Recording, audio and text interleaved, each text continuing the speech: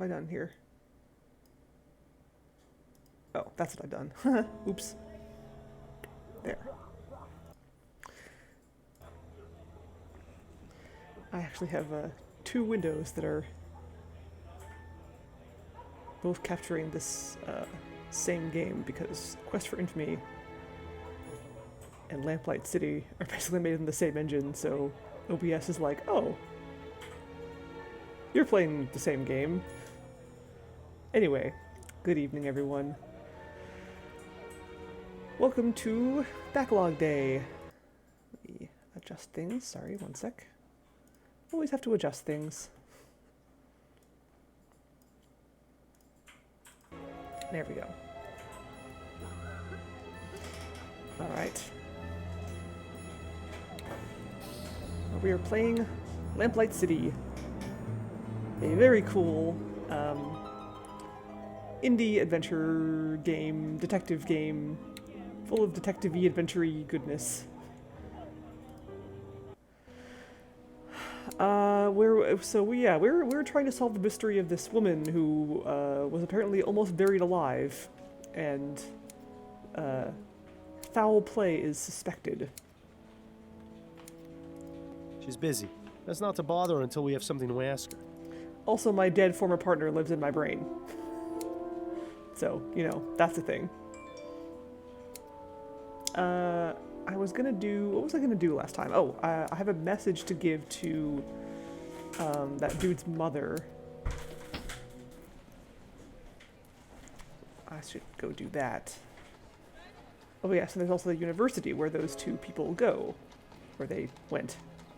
451 Compton Street, that's where this dude whose name I've forgotten. Anthony or something?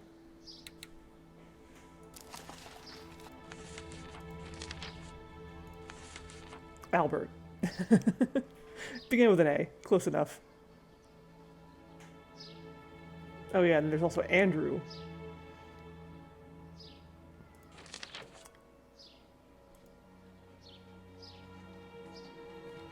Right.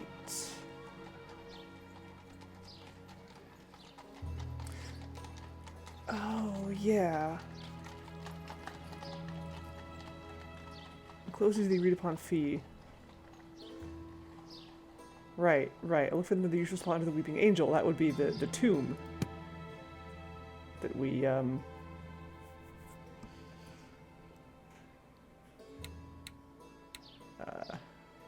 where was the tomb? It was, I mean, obviously it was in the cemetery. We did actually get in there, right? No, we didn't. What? Wait.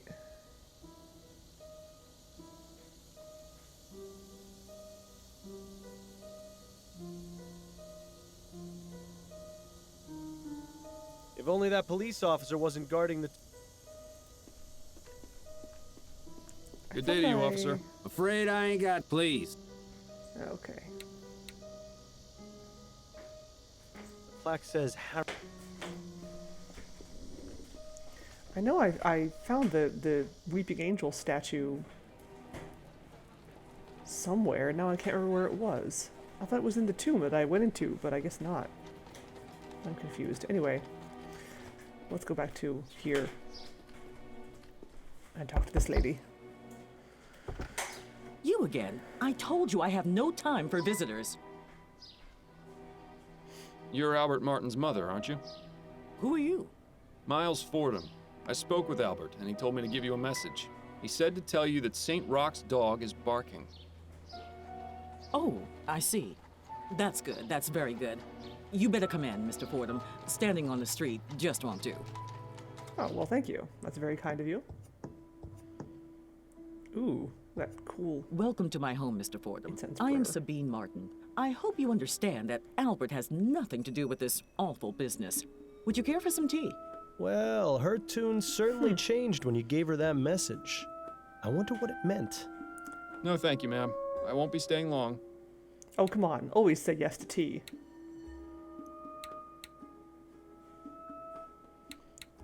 Sorry, one second.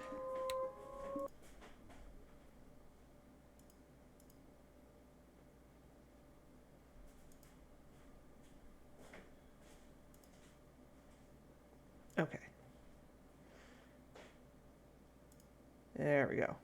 Okay, cool. The Virgin Mary. I must admit, she was the last person I was expecting to see in here. For all we know, that rider is some sort of demon. He looks like he's having a good time, at least. What's your basis for making that assumption, huh? A rather unremarkable book collection, I'm sorry to say. That statue, on the other hand, gives me the willies. I mean, I guess there was the whole thing about people who practice black magic, but I mean, why would you immediately assume that she does? Come on. That pattern resembles a flower. Too bad it isn't an Easter lily. It's some old man with a dog standing at the center of a crossroads. If that's meant to have any sort of significance, it's completely lost on me. Isn't there like a Loa that's supposed to be represented like that? Interesting. Those forget pots which one. look as though they've been wrapped in tobacco leaves. Hey, Alexander, papaya day. Every day is papaya day. For me, at least. I can't get I'm away from afraid that room is private, Mr. Fordham. I must respectfully ask you to not go in there. Of course. My apologies. If you insist. I've got a few questions for you, Mrs. Martin. I'll try to answer them the best I can. Do you think your son is capable of doing what he stands accused of? Never. Albert wouldn't harm a fly. That's what the mothers always say. Why don't you tell me a bit more about him then? He started working at the university laboratory a few years ago. I was so proud of him. The university is quite selective, you know. The same for its staff as well as its students.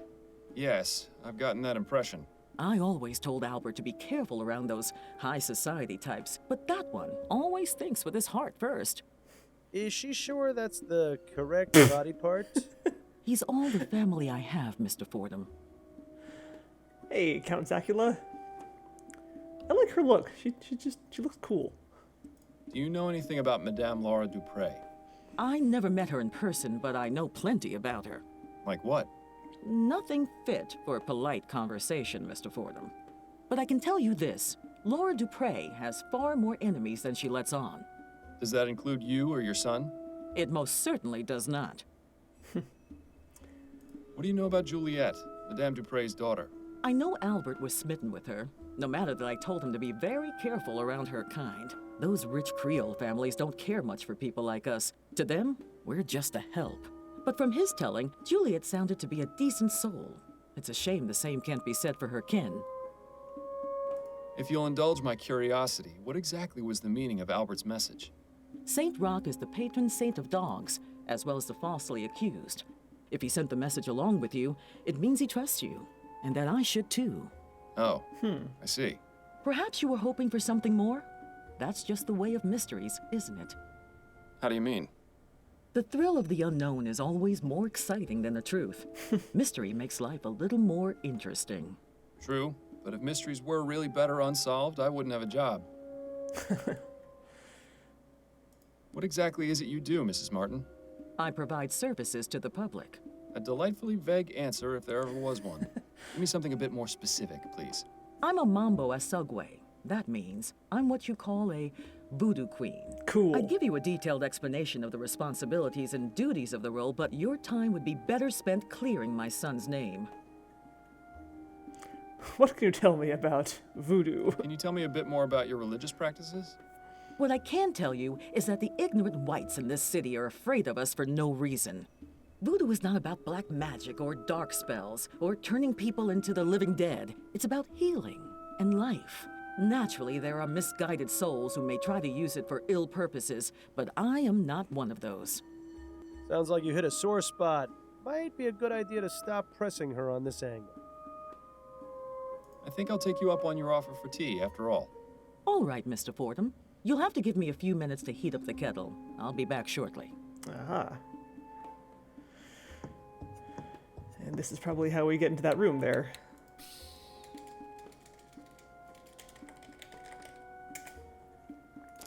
Oops. Yep. Snoopy Snoop. Amazing. Even more voodoo stuff back there. Why would she keep these particular items hidden from view? Good question. They obviously have some importance to her. I'd suggest asking, but I don't know if that's the best idea given how sensitive she seems to be about the subject. The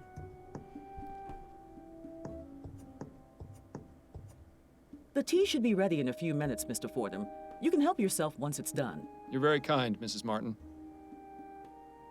I've got a few questions for you, Mrs. Martin. I'll try to...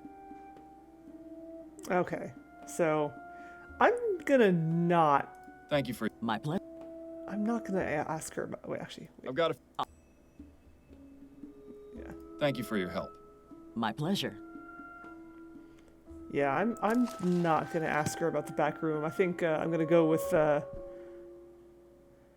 gonna go with William's advice here.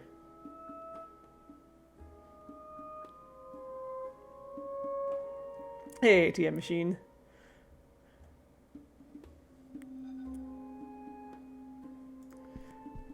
Aren't you going to have your tea, Mr. Fordham? I'm afraid I just remembered something important I need to look into. Perhaps later. Suit yourself. This back room here that I just looked into, which is she wouldn't let me look into it. She said it was private, but then of course I got her to leave the room for a moment and snooped in there when she was out of the room. And so the thing about this game is that one of the taglines is "It's okay to fail." And I suspect that may be a way to fail. So I'm gonna hold off on asking her about that for now. I might come back and ask her about that if I run out of any other leads. Oh, whoops. Oh, I was already at the university. Duh. Okay. Maybe I will ask her son about them. Maybe he knows something. Could I ask you some more questions, Mr. Martin? It's not like I'm going anywhere. Albert, did you hate Madame Dupre? The woman is cruel, sadistic, and bigoted. When she found out about my relationship with Juliet, she sent me a letter threatening to have me killed if I got near her house or her daughter. So yes, Mr. Fordham, I hated her, but even so, I love her daughter. I wouldn't be so cruel as to take Juliet's mother away from her, even if she hated her too. I beg your pardon? Juliet and her mother didn't get along at all. I never asked why, but it was obvious there was something going on. Intriguing. That's all for now. Voodoo stuff.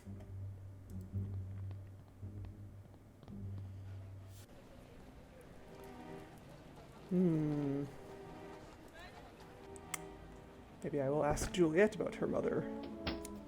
She's busy. No, guess not. What was that objective that just updated? Discover the source of Juliet and her mother's rift. Oh, right, it was this. This is what I was looking at. So, yeah. So that's the tomb. I need to get in there. Ooh, I wonder if I can talk to the kitchen maid. This quack hasn't gotten anything more for us to learn right now.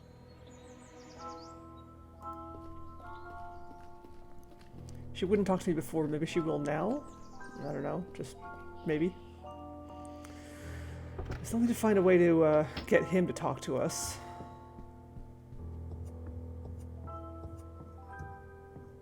But I think I need to get into the tomb to do that. Pardon me, miss. I told you I'm very busy, and I'll get in trouble if I'm caught speaking to you. Amelie, please.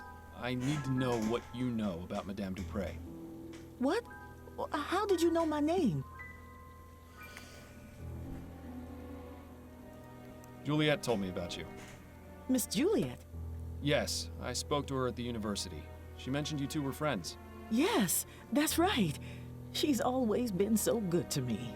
Look, Amelie, I'm just trying to get some information. And I have a feeling you can be very helpful if you just let me talk to you. All right, fine. But do it as fast as you can. Oh, come on, nobody's coming in here. Tell me about Madame Dupre. Oh, I really shouldn't, sir. It would greatly help my investigation if you did. Madame Dupre was kind enough to hire me as her cook. It's hard to get jobs in the city. Lots of people want their servants to use those new machines. My sister's brother-in-law got half his leg blown off by one of those new ovens. He's lucky he wasn't killed. So I'm plenty happy working here doing real people's work. But Madam can be difficult sometimes. Difficult? What do you mean by that? No, I said enough. What do you know about Madame Dupre's supposed death? All I can tell you is that whoever did it really hated her. Do you know Albert Martin, the man accused of the crime? No, I'm sorry. What can you tell me about Andrew? He ain't so bad. Kinda spoiled, but he mostly cleans up after himself. Has a whole private part of the house, but I think he only uses one room. Better for me, way less to clean. What do you know about Juliet? She was always so kind to me and the others, but her mother don't like that one bit. Still, she sneaks down into the kitchen to keep me company some nights. Even though she's a good soul, I think part of her does it just to spite her mother. Are you the only remaining servant here? No, there's another one, Marcel. He's the new gardener. Ooh. I haven't seen him in a few days, though. Not since before Madam's incident. Thank you, Amelie. I appreciate your time. You're welcome. Now, please, let me get back to work. I want to talk to this Marcel person. Where can I find him? Stick around. I may have more questions for you later. Don't worry, I'm not going anywhere.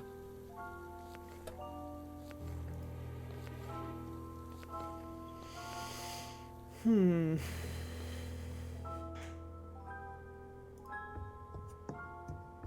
I can't really talk to you at the moment. I have some questions for you. Oh, goody. What can you tell me about your sister, Juliet? I'm reminded of a famous quote, Mr. Fordham. Parting is such sweet sorrow. Let us part on good terms and avoid the subject altogether, please. Thanks for your time. No, thank you for yours. Please, tell me about your mutton chops. Who's a pretty bird? Ray's a pretty bird. So long, Birdie. Rock! Bye-bye.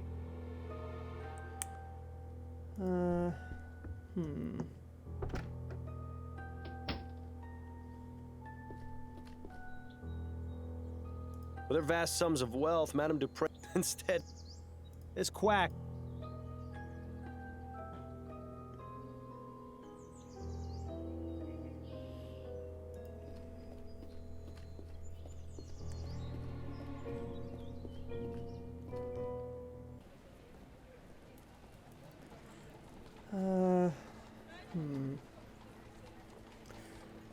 So, the police officer here said he wanted something to keep the bugs away, I guess? But I don't really... What can I do with that? I don't have any, I don't have anything like that. Oh, wait. Oops, I didn't want to go there. Maybe I can talk to, what's her face? Constance. Can we talk? Go on, I'm listening. I wanted to go over the case with you. Okay, what have you got?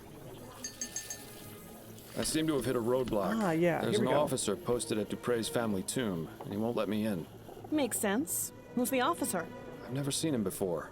He's young, has a small scar over his left eye, and a distinct Dixie accent. Ah, yes, that would be Officer Grant. He's only been with the department for about 2 months. I don't know a lot about him, but he's already got the reputation for being the type of policeman who'd go out of his way to help old ladies cross the street. Typical Southern gentleman, it seems. Perhaps you can use that to your advantage? Okay. Madame Dupre's son isn't being very helpful. Is he refusing to talk? More like incapable. The family doctor has him pretty well drugged to the gills. I need to find some way to perk him up. Well, you know, we are in a coffee house. I have a feeling it will take something a touch more powerful than coffee. That's enough about the case for now. Okay, That's it, I think. then you'd better get back to it. Yeah, I'm pretty sure I already know what I need to get Andrew to talk, but in order to get it, I need to get into the tomb.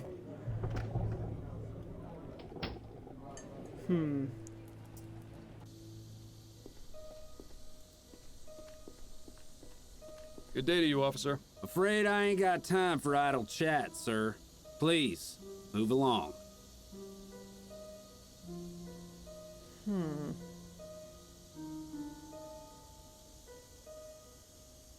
If only that police officer wasn't guard. I know, right? Rude indeed. Plaque says, nice view of the river from up here. This just goes to show you can't take it with you, so you might as well spend it all on a giant tomb.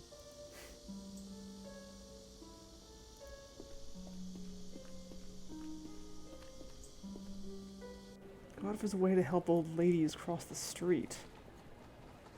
I haven't seen any old ladies around here. Or maybe, Hello, dearest. I have returned. It's always nice to see you walk through that door. So what's this big case Upton's got you on? Another missing pet? If only. A Gascon Grand Dame was attacked and almost interred alive. You mean Madame Dupre? The one whose obituary was in the paper? The very same. Goodness, that does sound serious. Tell me if there's anything I can do to help. I know you haven't been feeling your best lately. You're always a help to me, Addie. Though I assure you I have this well in hand. I certainly hope so. Lady Francis Carfax. Oh, Addie? Yes, dear? maybe you can help with the police officer? Yeah, there we go. Do you know anything about Madame Dupre? I've read that the Dupres are one of the few wealthy families that exclusively employ real people to serve. Rather commendable, don't you think? Yes. It makes it even more baffling why she was attacked. Have you heard any gossip from your clients? Anything about who might have wanted to harm her? Nothing. She's held in the highest regard by the other Grand Dames. If she had actually died, I'd have expected them to petition her canonization. I was Saint wondering if Laura. you could do me a favor. What is it? There's an officer posted in front of Madame Dupre's family tomb, and I need to get a look inside. Could you use your wiles and charm to distract him? My wiles and charm, Well, you are irresistible, darling. I'm sure he wouldn't turn away a lady in need. Say you've gotten lost in the cemetery and ask him to show you the way out. Should we really be tricking a police officer like that? Yes. There's no harm in it, and I won't be but a moment inside. It's in a good cause. All right, let's go then. Sweet. Take my wife on a date to the cemetery. Excuse me, officer. I was wondering if you could help me? What do you want? I seem to have gotten all turned around. Do you have any idea how to get to the front gate? My suggestion would be to turn around and head back the way you came. Yes, I've tried that, but I seem to just be going in circles. Perhaps you could point me in the right direction? Stop right there. That's quite enough from you. I beg your pardon? Don't think I can't tell what your game is. You're trying to lure me away from here and into some alley where your gang of Sambos is gonna rob me blind. What? Exactly how many of them have you got lying in wait for poor unsuspecting fools you bring them? Just one. And he doesn't appreciate you talking to his wife that way. Nice. You know, Miles, sometimes I forget how absolutely delightful it is to watch you lose your head. Miles, was that really necessary? I'm sorry, Addie. You know how I get with people whose minds are full of that rubbish. Let's just get him out of sight before this lands both of us in jail. That bush over there should work. Yeah, you don't mess with my I have wife. to say, I wasn't expecting assaulting a policeman to be on today's activity list. Neither was I, It'll be but fine. When you're on the force as long as I was, you can pretty much get away with murder. Well, it's been fun, but I need to take my wiles and charm over to my appointment with Mrs. Lefebvre. I'll see you at home later, dear. Try to stay out of trouble. No promises. Yeah, he definitely did. If you just hadn't been a dick, I wouldn't have had to punch you. And now I can hang out in here all I want. That nest is full of eggs. But where's the mother bird? Perhaps she abandoned it. Always assuming the worst, aren't you, Miles? I suppose the whole heaven shining down upon the tomb motif is good for the dead people's self-esteem.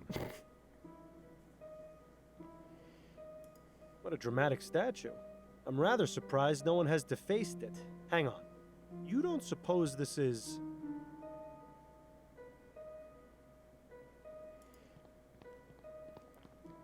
Surprise, surprise! A hidden compartment with a stash of pills inside. Seems Mr. Montgomery has a little business on the side.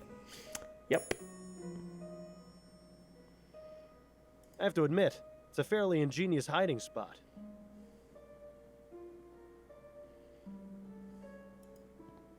John Patrick Chesterton, 1740 to 1825. Patriarch, leader, family man.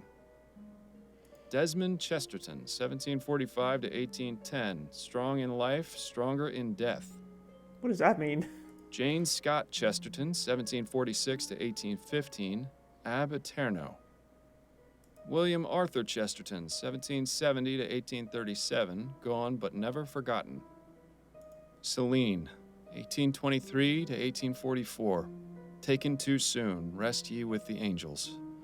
Only 21. Sarah Chesterton, 1784 to 1812. I told you I was sick. More powerful than you can possibly imagine. Oh God, Force Ghost. Douglas Chesterton, 1791 to 1840. Good riddance. Jeez. Dale Chesterton, 1795 to 1843. A good man. Rest in peace. This must be what was going to be Madame Dupre's final resting place. I don't see anything inside. What? Were you expecting a note from her attacker? No, but I was hoping for some kind of clue at the very least. These crypts are reserved for future generations of Chestertons to rot in. There are only 3 left. Then let's hope the Chestertons aren't opposed to spending eternity cozied up to one another. This must be... I don't see any... What? No. This... I don't... What? No. Okay. Well, we got what we came in here for.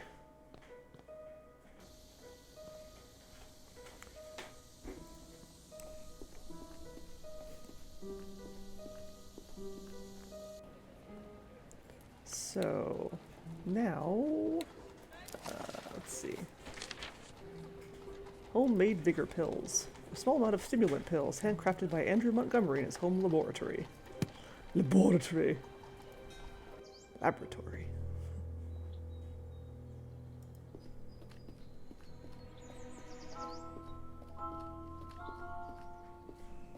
Yeah. And I've heard that, like, you have to, because New Orleans is, New Orleans is below sea level, you need to, like, crypts are necessary so that the corpses don't, like, get flooded and float around. Yeah. That makes sense. That's a logical way to go about it, I guess.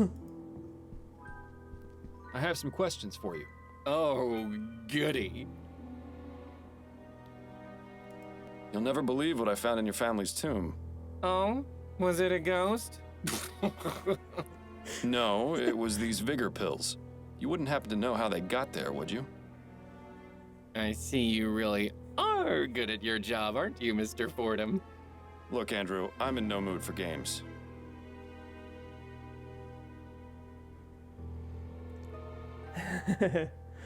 Yeah, floaty corpse. I'm willing to overlook your unlawful activities in exchange for your cooperation. Activites. Fine, but you have to understand, I'm not exactly feeling myself right now. I understand perfectly, which is why I need you to take one of these pills. I suppose one would help. Thank you.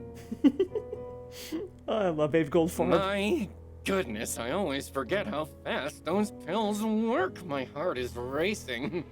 You said you had questions, didn't you? Well, go on, ask them already. We mustn't waste any more time. Well, that seems to have done the trick. I just hope we haven't doomed him to a heart attack. Surely he'll be fine. It definitely looks more clear-eyed now. What can you tell me about Madame Dupre? I can't believe anyone would be so cruel as to do what that wretched bastard Martin did to her. Mother is kind and generous, and everyone loves her. She's even good enough to hire actual people to do the housework. Not many wealthy families do that, you know. They just use automated machines or hire servants to operate the manual ones. How do you typically spend your days, Mr. Montgomery? What are your interests? I study pharmacology at the university. I'll be graduating next year if all goes well.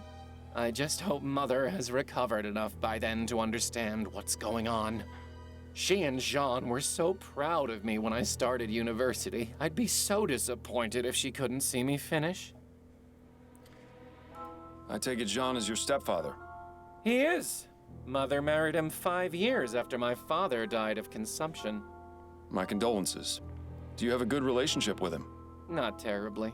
Truth is, I hardly ever see him. In fact, before the funeral, I hadn't seen him at all this month. Where is he now? I don't know for certain, but it seems likely he's at his hunting cabin. Oh. His hunting cabin? Yes, he often goes there. It's his way of leaving polite society behind and spending time with his thoughts. Considering what Mother just went through, well, I would guess that's where he's gone. Although, to be honest, I don't know why he's not here with Mother in her time of need. Why do people run away from their problems instead of facing them? Why, Miles? Do you know where this cabin is? Facing them is hard. Afraid not. I don't share his passions, so I never cared much to accompany him on his outings. Okay. He died of overeating, yeah. He was the one doing the consuming. What can you tell me about your sister, Juliet? Juliet, smart as a whip and just as forgiving. She's a fighter, that one. Despite being the only woman in her class, she's managed to rank at the top.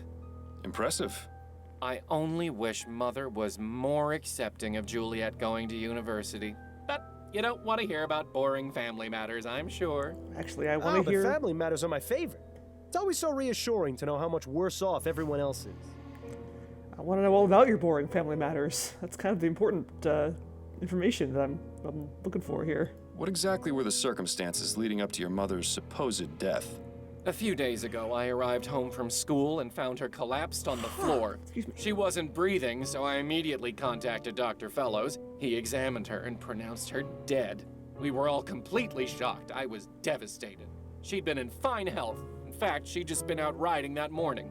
You can imagine our surprise at the funeral when she sprang back to life.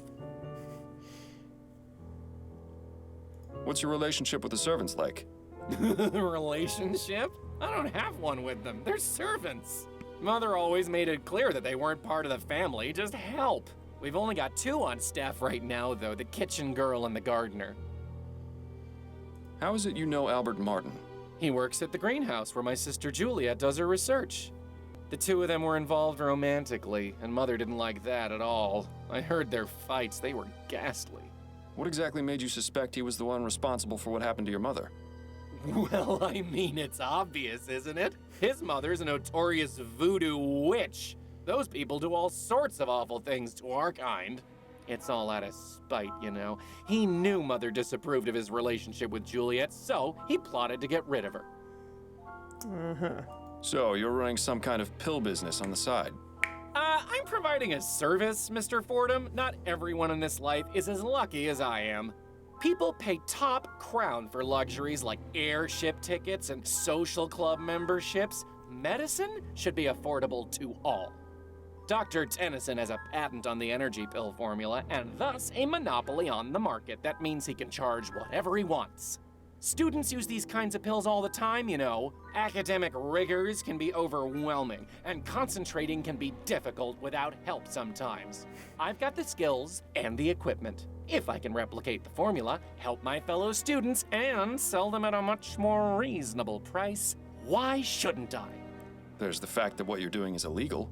Oh, you're starting to sound just like Mother. And just because it's illegal doesn't mean it's immoral.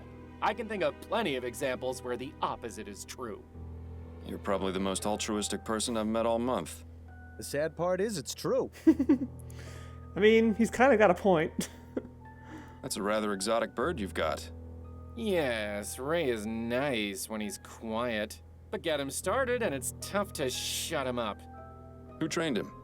I think he already knew some phrases when Mother bought him. She's managed to teach him a few new ones, though. Thanks for your time. My pleasure.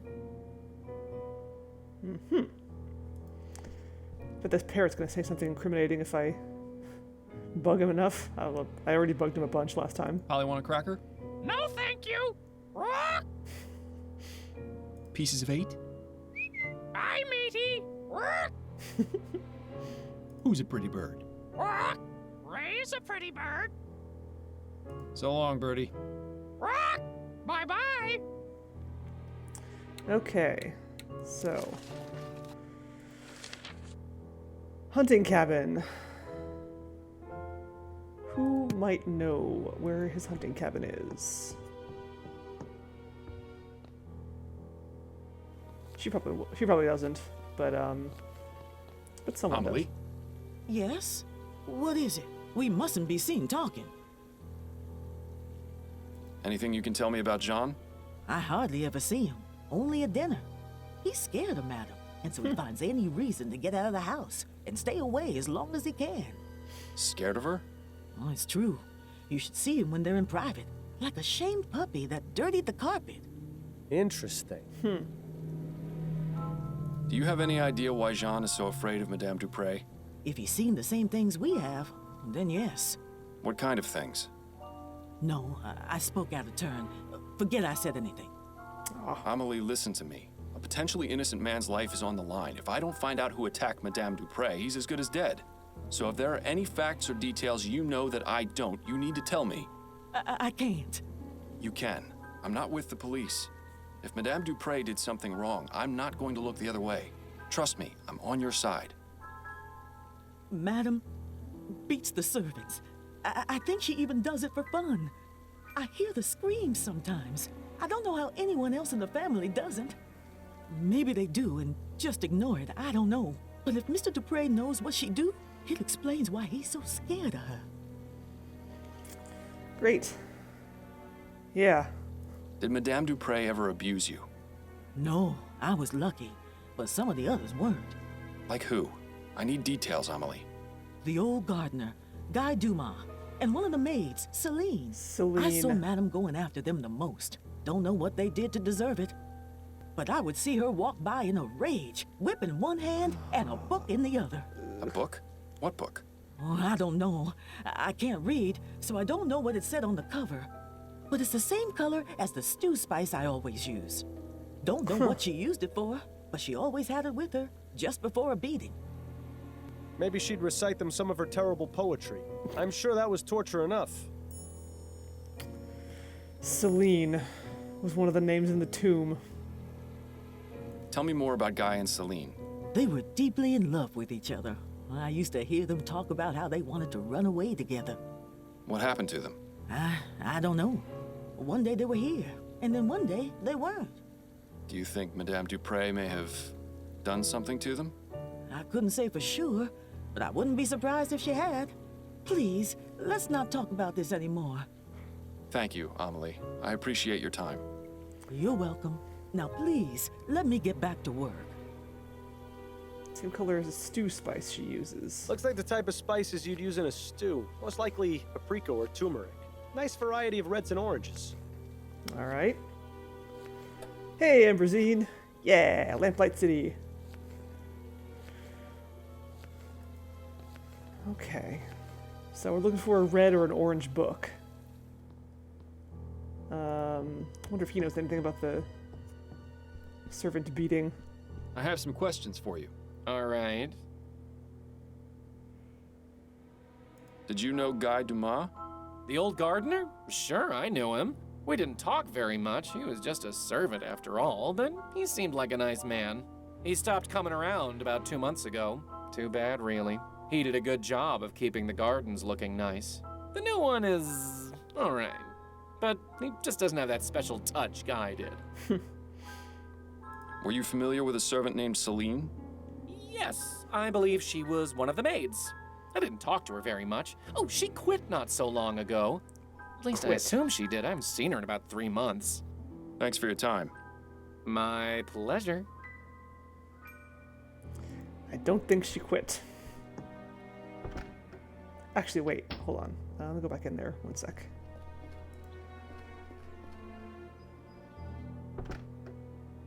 I wonder if I can find the book they were talking about.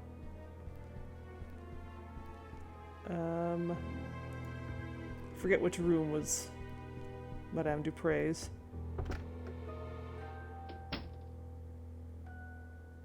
Yeah, this one, I think. There we go. Yeah. Well, this should be the book Amelie mentioned. Well, well, what have we here? A whip, and it has dried blood on it. How ghastly. This house is just full of secrets, isn't it? Yikes. Hey, hello there, elf in space.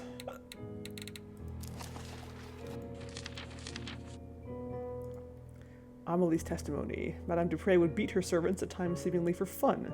She used a whip, but also carried a book which was the same color as Amelie's stew spice. A blood-stained whip found hidden behind a painting in Madame Dupre's bedroom, presumably used to beat her servants.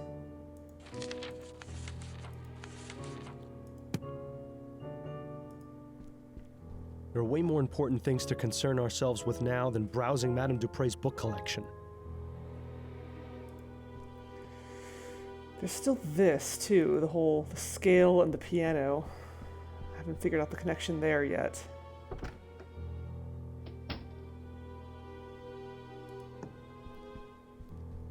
Although there was also that poem that involved birds, which put me in mind of that one puzzle from Silent Hill.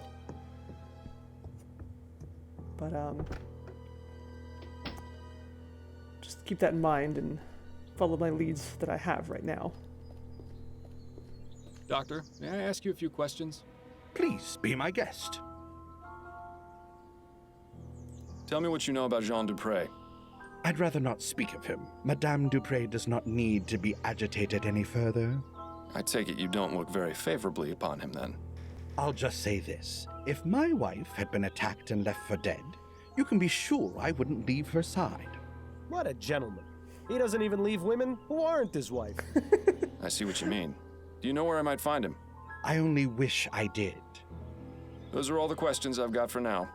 I hope I answered them adequately. No, you did not. But I guess I can't really fault you for that. Okay, maybe Juliet will know.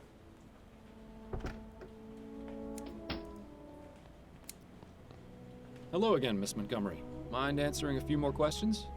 Hello, Mr. Fordham. Not at all.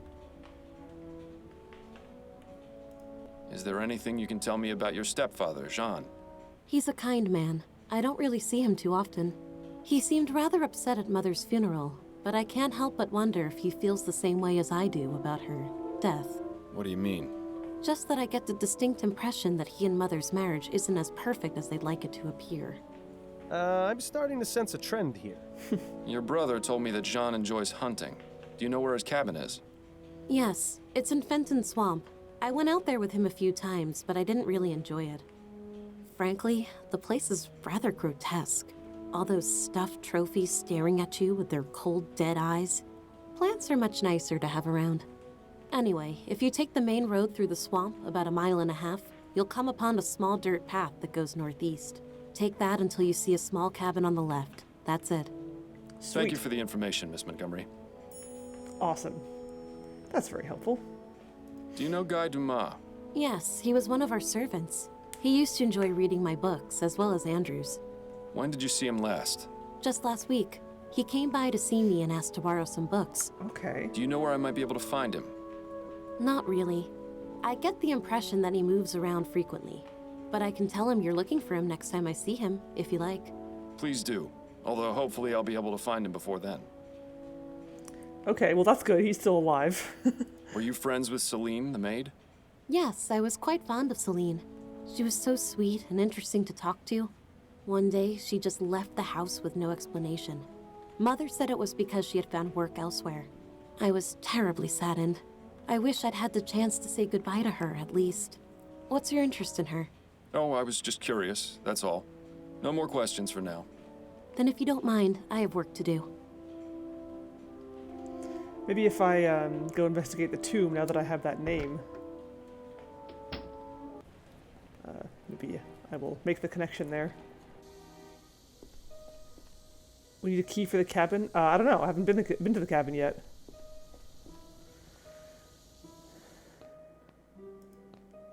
I think it was this one in the middle here. Celine. Yeah. 1823 to 1844. Taken too soon. Rest ye with the angels. You don't suppose... Nah. Oh, come on. Celine. Nah. What do you mean, nah? It's so obvious.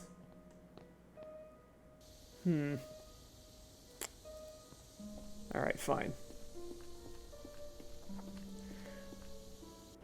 Let's see. Yeah, that would be the hunting lodge. Ooh. Hello? Is anyone here? Strange of Dupre to leave the door unlocked. Maybe it means he'll be returning soon. Maybe I should save my game.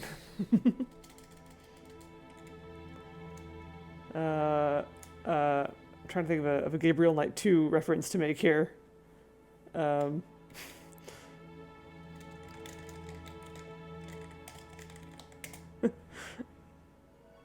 You really have to wonder about someone who chooses to surround themselves with dead things. One of the guns is missing. Jean must be out using it currently. Uh-oh.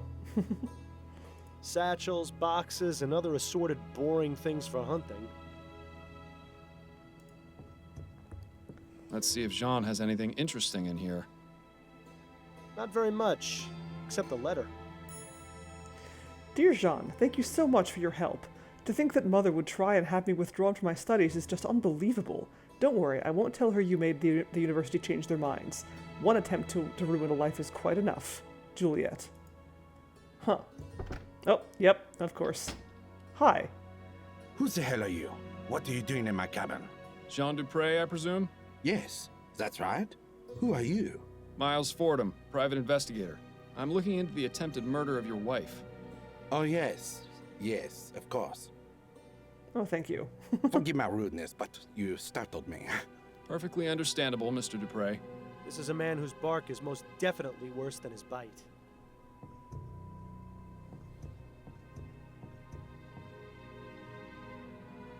I had a nasty run-in with an alligator when I was a child. One less in the world doesn't really bother me, to be honest. An absolute bore. Ha ha ha. Are these even native to New Britannia? It seems Mr. Dupre is a Bollingworth man. Maybe he's not so bad after all. Not a very dignified end for our friend Mr. Bear. Aw, poor Mr. Bear.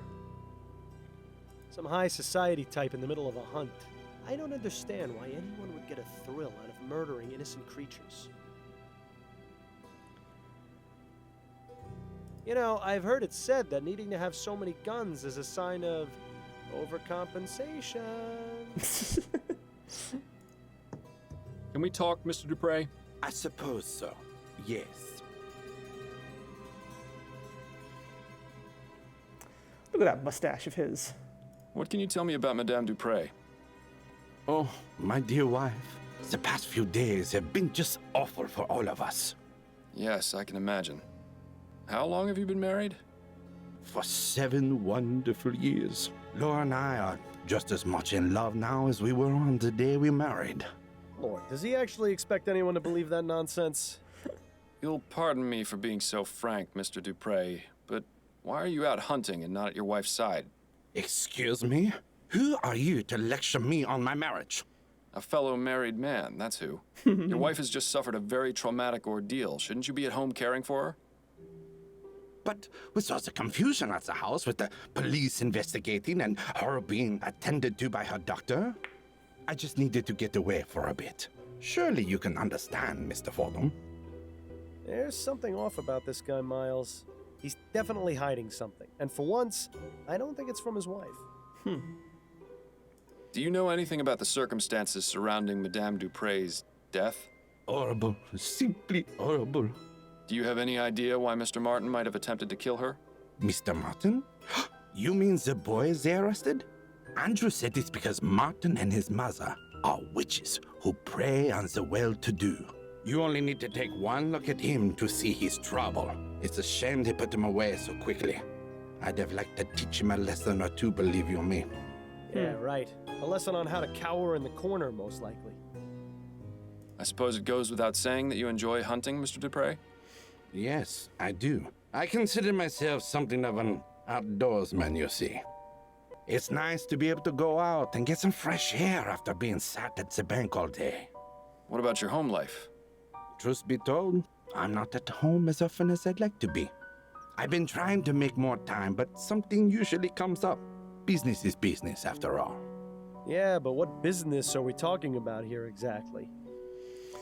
What indeed? What can you tell me about your stepchildren? Andrew and Juliet? I see a bright future ahead for both of them. What's your relationship with them like? It's fine.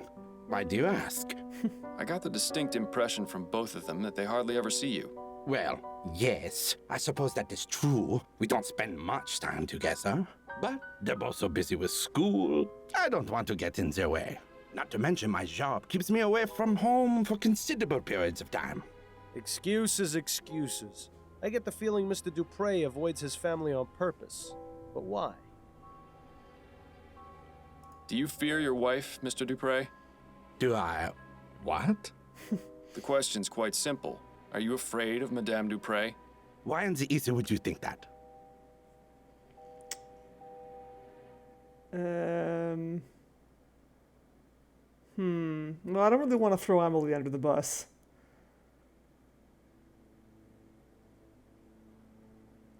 I'd be afraid of someone who kept a bloody whip in my bedroom. Care to explain that? You don't know her like I do. No one does. Well, no one aside from the servants, I suppose. She's cruel, Mr. Fordham. Crueler than anyone or anything I've ever seen.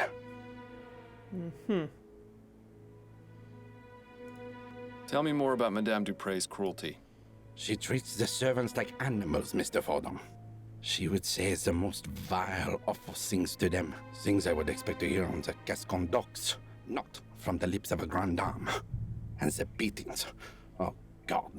The screams I would hear from somewhere in the house. I never dared find out where. Nobody else ever heard the screaming? No. She was cunning. She would do it when no one else was around. Once she knew I had heard, she threatened me. Told me she would... Yes? She threatened to expose my secret, Mr. Fordham. And what secret is that? Our marriage is one of convenience. It's all for show. Laura has herself a well-to-do husband, and I am a normal man in the eyes of society. I see. I suppose that would explain a few things. Well, now, how was that not obvious to you? The soporific is really having a bad effect on you. Don't worry, Mr. Dupre. Your secret's safe with me. Thank you, Mr. Fordham. So I guess Madame Dupre is his beard. Tell me what you know about Guy Dumas and Celine. Celine had an accident. What kind of accident? Laura thought Celine had been stealing her silverware. She got a bit carried away with a beating and... Dupre killed Celine? Yes, she did. In order to keep it quiet, she had Celine placed in our family tomb. I see. What about Guy? I don't know. I never saw him again after that. Well, this case has certainly taken a turn for the sinister.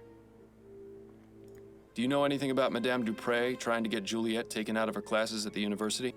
Ah, yes. Laura didn't approve of her daughter's desire to further her education. So, she sent a letter to the university requesting Juliet's withdrawal. I didn't approve of her trying to meddle in Juliet's affairs. If she wants to study, she should be free to do so. I wrote them a letter myself, without Laura's knowledge, telling them to disregard the previous request for withdrawal. That's very good of you. Yes, well, I dislike seeing people being told what they can and can't do by others. Yet, he seems perfectly willing to employ servants at his home. Well, I suppose we're all hypocrites in one way or another. I'll be going now. Au revoir, Mr. Fordham. All right. Well, he was actually pretty helpful.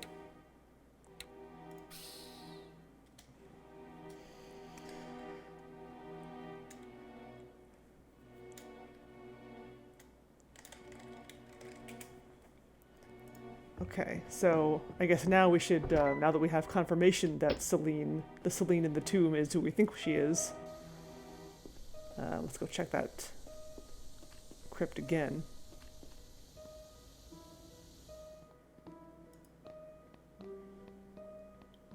Celine, 1823 to 1844. Taken too soon. Rest ye with the angels. Wait a minute. This is Celine, the maid.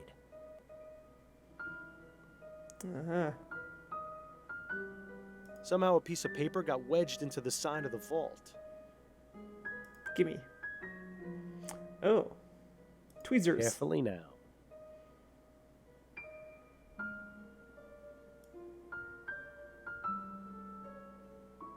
Got it. Nice work, Fordham. Now to see what this is. She will pay. Interesting. Leaving notes for the dead. How very touching. I wonder if anyone has left me one at my grave. Quiet, Bill. I need to think. We know this note is likely from Guy. Now we just need to figure out where to find him. Ah, right. Is there anything on the other side of that piece of paper? Bill, you're a genius. I wouldn't give me all the credit just yet. Let's see. A receipt for an extended stay at the Stun Arms. Does that sound familiar at all? Vaguely. But I can't recall anything off the top of my head. Looks like we'll have to do a bit more searching. She will pay for what she did to you, my love.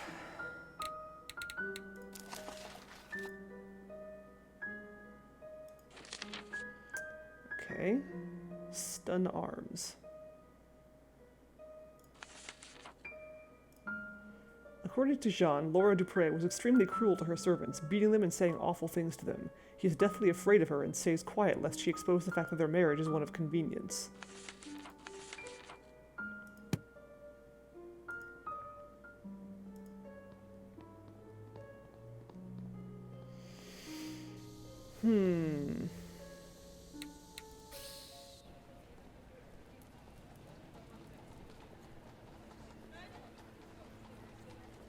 Stun Arms. Maybe Constance can help there.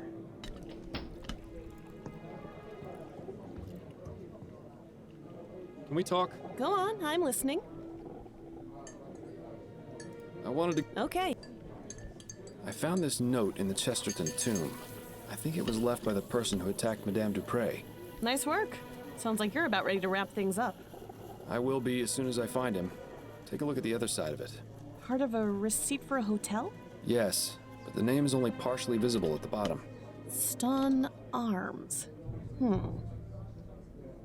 The only hotel that comes to mind is the Boston Arms in Chumley. Of course! I knew the name sounded familiar. The stories I could tell you about that place. Not right now. You're helpful as always, Upton. Thank you. Good luck, Fordham. I hope you find your suspect. Excellent. That's enough about the case for now. Okay. That's it, I think. Then you'd better get back to it. Boston, I know. Yeah. What are you gonna do?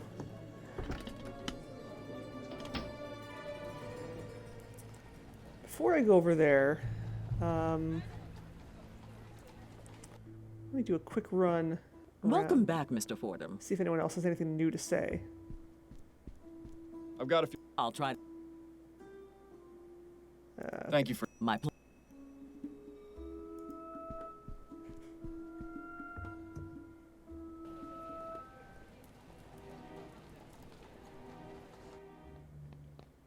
Nothing else to ask him right now. He hasn't got much time left. Best not to waste it. Ah.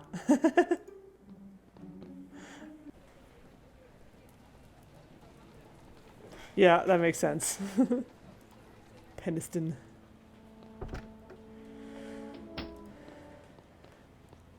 Hello again, Miss Montgomery. Hello. Did your mother try to get you withdrawn from the university? As a matter of fact, she did. Just another one of the many ways she tried interfering with my life. What happened, exactly? Mother wrote the university requesting that I be withdrawn. I found out about it when the enrollment office contacted me. I couldn't believe it at first. I thought it was some sort of mistake, but then they showed me the letter. I take it you were upset. More than upset, Mr. Fordham. I was furious. I was trying to make a real life for myself. One that wasn't about dresses or debutante balls or fending off suitors. I'd been given the chance to make something of myself, and Mother was ready to bring it all crashing down, just because she didn't agree with it. But in the end, you're still here. Yes, Jean stepped in and fixed everything. He didn't have to do it, but it was very good of him. I'm afraid that was the beginning of the end of my relationship with Mother. We never really managed to fix things after that. Ah, okay. No more questions for now. Then if you don't mind, I have work to do. Fordham, are you thinking what I'm thinking? Wait, what am I saying? Of course you are. Madame Dupre has been interfering with Juliet's studies and disapproved of her relationship with Martin, hence they're falling out. Plus, the information in Juliet's notes about ethericity, putting animals into a death-like trance, seems awfully suspicious. It's enough to establish both means and motive. That's plenty to consider her a suspect. Ah, alright. Hey, it's Grundislav. Ah, okay. Ballston Spa. Well, there you go. Perfect.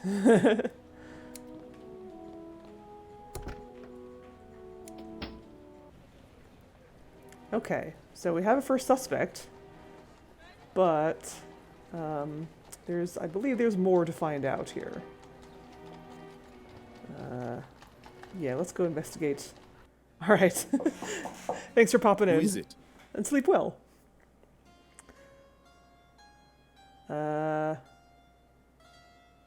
Let's be discreet.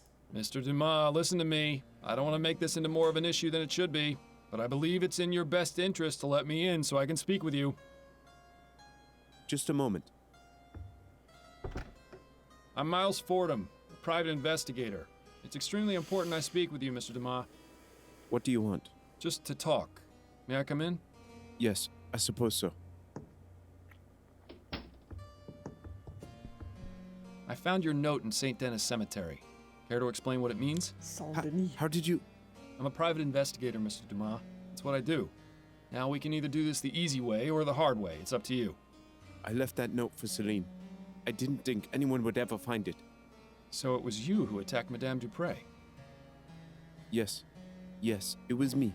I confess. I can't remember the last time a suspect actually confessed. If only they were all like this. But please, Mr. Fordham, you have to understand. The woman is evil. If only you knew what she did. Please, don't arrest me, Mr. Fordham. You have to know the truth about Madame Dupre. Relax, Mr. Dumas. I'm not going to arrest you just yet. I'm perfectly willing to hear your side of the story. Now let's take this nice and slow. Oh, yeah. Still a nice vest. What can you tell me about Madame Dupre? She seemed like a nice woman at first, but after working for her, I came to know how awful she truly was. When no one was around, she would beat me and some of the other servants for fun, say the most cruel things, call us horrible names. Why didn't you just leave? She threatened us, told us she would make it impossible for us to get work anywhere else. It's already difficult enough getting a job that doesn't force you to operate those awful machines. To be blacklisted by Madame Dupre would have been the final nail in the coffin.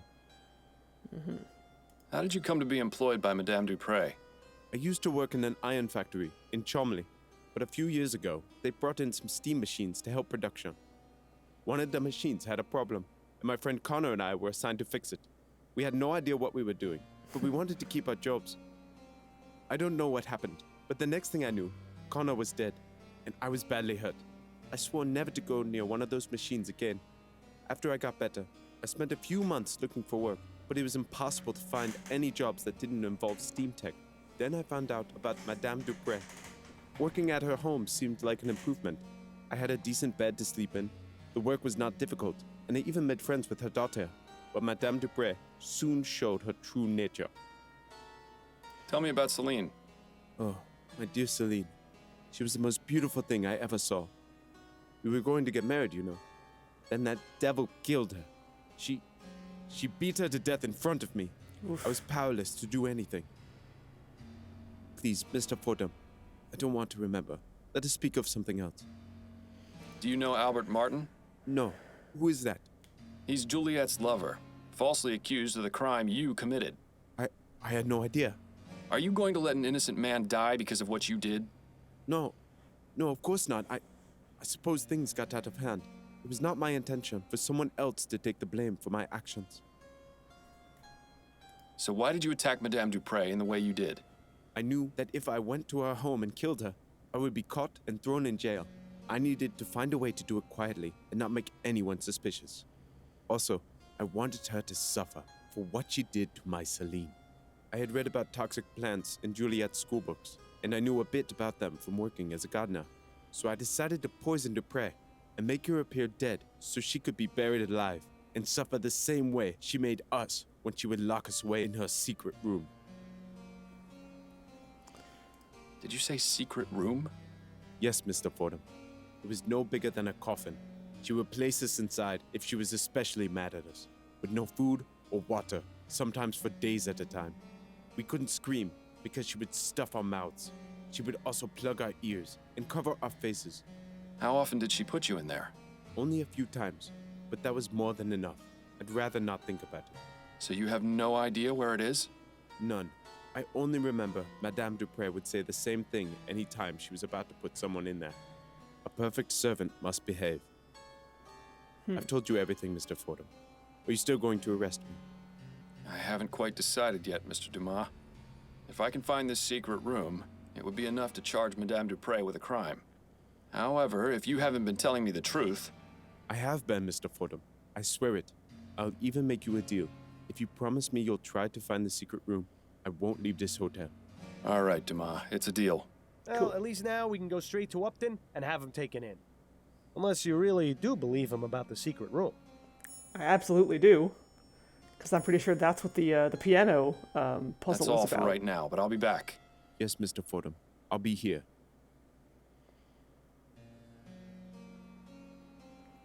If there's one thing I can't stand, it's crooked paintings. Fix it! Fix it, fix it, fix it! Oh, come on, I don't get an option to fix it. It appears someone is due for 7 years of bad luck. A wash basin? When did this place get so fancy? Seems to be what passes for a dresser around here. Either that or Dumas is secretly a pirate. I like that option.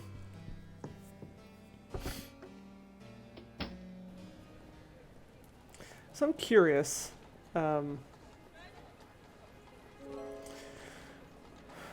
What happens if I do ask this lady about the back room? Welcome back, Mr. Fordham.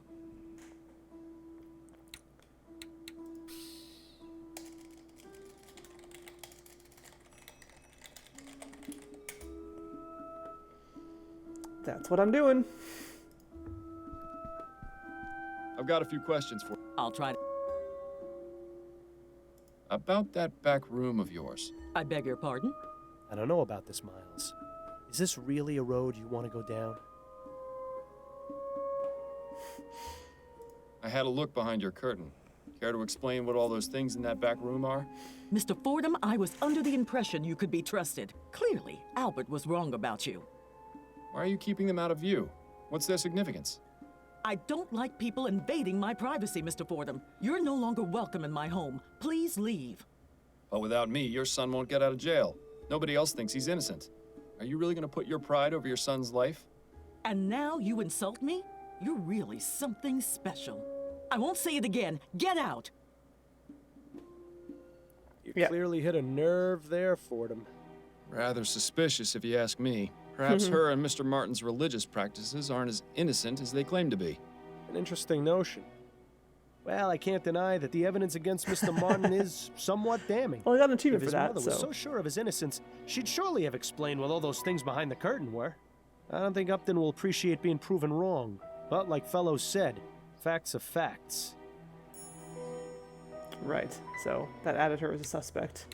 I'm actually gonna, I'm gonna load and not do that. I don't want to piss her off. I mean, it doesn't really matter in the long run, but I'm just gonna, I don't want to be mean to her. I don't want to betray her trust like that. Okay, so what I want to do is investigate in here some more. A perfect servant must behave.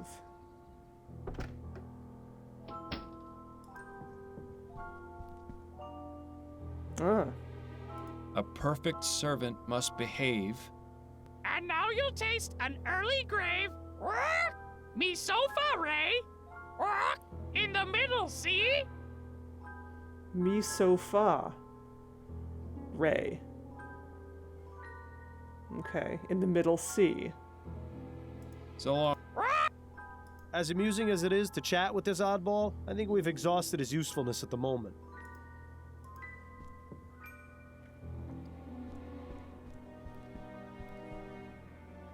A horrible little...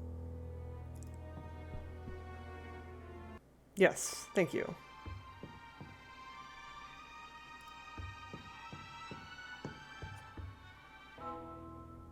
Also, hold on.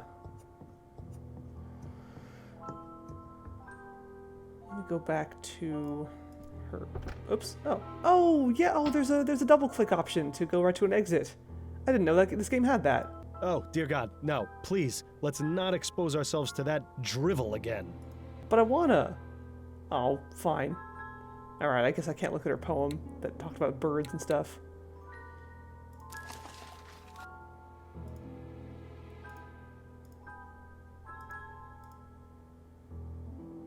Yeah, okay.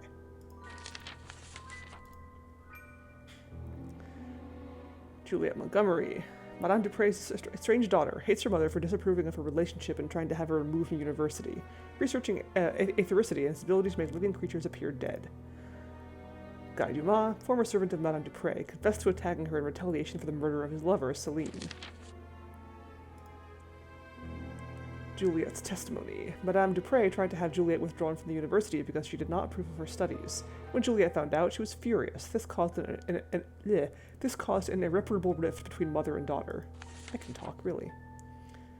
Ah, okay. So, accuse Juliet Montgomery, find Madame Dupre's secret room, accuse Guy Dumas. So yes, secret room. Mr. Guy Dumbass.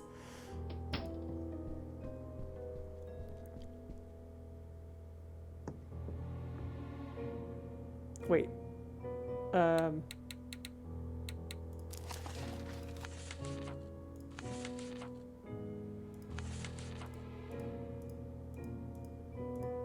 yeah, it doesn't have the notation there in the documents.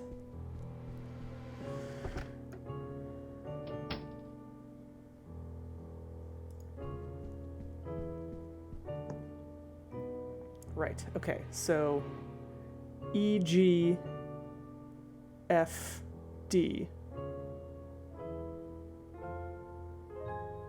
EGFD C. It's easier for me to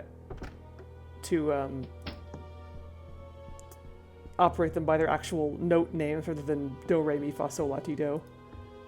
EGFD? What I just said? There we go. Yeah, opening, Seems to have done clearly. Except that's ECED. Oh, God. Oh. Dear God! That's this probably... does not look good. He's dead. You should inform Dr. Fellows about this right away. It seems Guy was telling the truth after all. Yes, it would probably be a good idea to let him know of this development. That's probably the new gardener. Oh, okay, so... That's gone.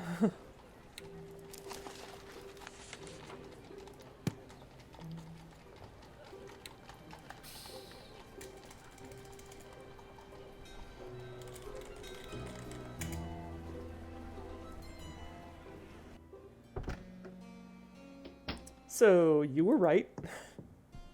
Guy? Yes? I found the secret room you told me about. You see? I wasn't lying. No, you certainly weren't. There was someone inside. A man. No. Who? I'm not sure, but I can only assume it was one of Madame Dupre's servants. Was he alright? I'm afraid not. He was dead. Dr. Fellows confirmed it was due to asphyxiation. Madame Dupre must have put him in there before I drugged her. And then, with everything that's happened, she didn't let him out in time. Oh my god. It's my fault he's dead. If only I'd known. The circumstances are quite unfortunate, Mr. Dumas. However, this has shed a new light on Madame Dupre and her cruel practices. I can't say for certain that you were justified in your actions, but I am a bit reluctant to say you were completely at fault. But the bottom fact is that Mr. Martin has been falsely accused of this crime. If I were to let you go, he would be punished in your place. Unless... Yes? I'm going to need you to write me a letter, Mr. Dumas. Of course, Mr. Fordham. Anything to take care of this mess. 75% a murderer. Yeah, something like that. Hopefully now this whole grim affair can be brought to an end. Attempted murder. That's all for right now, but I'll be back. Yes, Mr. Fordham. I'll be here. Yeah, attempted murder, but really justifiable homicide.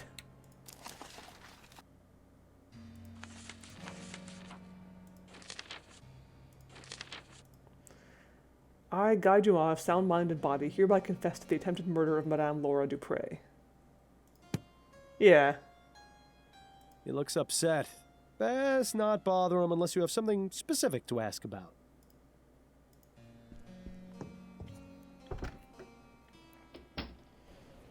Yeah, like, I mean, the attempted murder of Madame Dupre was definitely premeditated, but that poor guy in the closet, that was definitely an accident.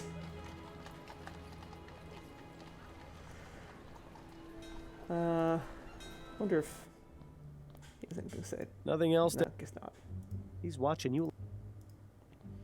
Yeah, I guess the only thing left to do is go back here and accuse someone.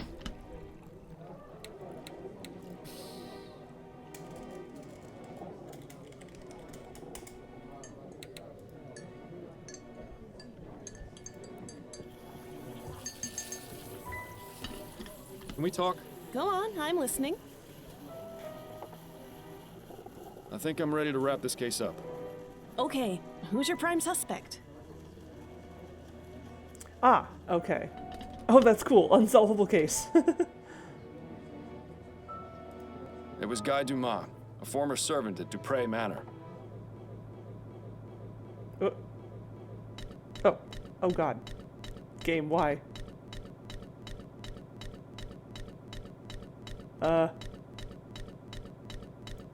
He used toxic go. plants to Jeez. drug Madame Dupre so she appeared dead, which he learned about from her daughter's schoolbooks. What was his motive? He's thinking.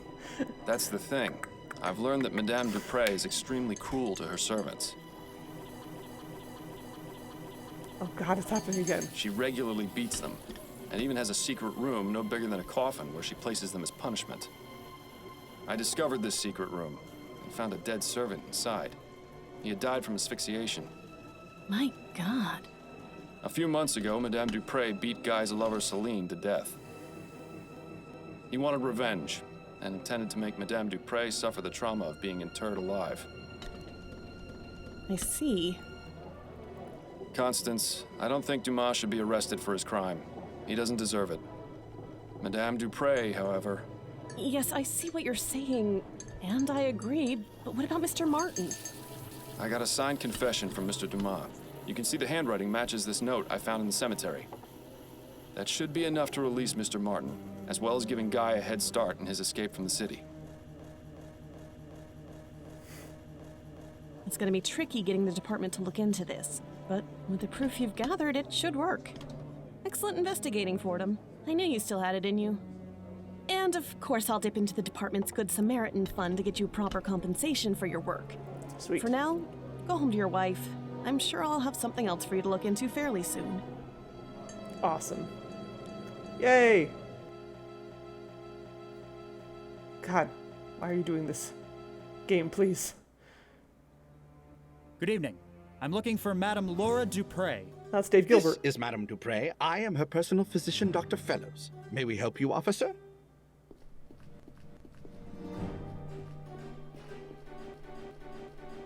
Oh, God, why is it doing this now? I'm afraid I must place Madame Dupre under arrest. What? On what charge? Several, actually. Manslaughter, domestic violence, murder in the second degree. Shall I go on, or can we continue this at the police station? You won't have to worry about Madame Dupre anymore. She'll be in jail for a very long time. And Mr. Martin has been released with a full pardon as well. Thank you, Mr. Fordham. I appreciate your help and your trust. Think nothing of it, but you'll need to leave town as soon as you can. Have you made plans? I was thinking of heading south. New Britannia is too cold Oh, God. and dark. I want to find someplace more like my home. Well, I wish you the best of luck, Mr. Dumas. I was really hoping I wouldn't do that in the middle of dialogue. Addie, I'm home. See ya, Elf in Space. Thanks for coming by. She must still be out at her hairdressing appointment. I'm glad we're alone because I wanted to talk to you about something. Yes, Bill, I know. I told you I'm doing my best to try and find the flower shop burglar. No, for once, this isn't about him. This is about you. Thank you for the raid, Vitriol. Sorry, my game is like being weird and skippy all of a sudden. I don't know why it's doing that. Me? What are you on about? You can play dumb and deflect all you like with everyone else around you, but it won't work with me. Oh, I know exactly what you're thinking, and you know exactly what I'm gonna say.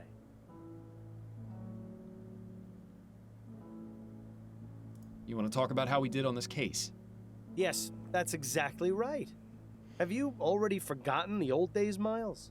Before I died, we were solving cases like nobody's business. You were one of the best detectives on the force. But ever since you started taking that soporific, your mind hasn't been as sharp as before. If you're serious about taking on more complex cases, you need to listen to Adelaide and stop taking it.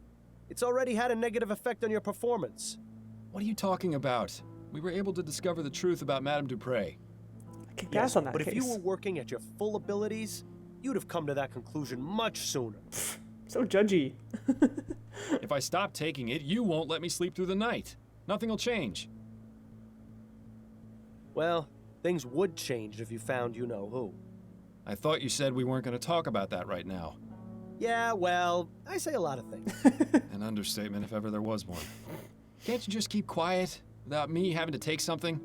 Afraid not, old friend. That's just not who I am or how this works. If you keep me up all night, I'll go crazy. Things have been hard enough as it is. And if, God forbid, Adelaide were ever to find out about... Hey, Hello, hi Adelaide. Miles. Is there someone else here? I thought I heard you talking just now. No, talking to myself. Fantastic. The jig is up. And here I thought we were doing so well, too.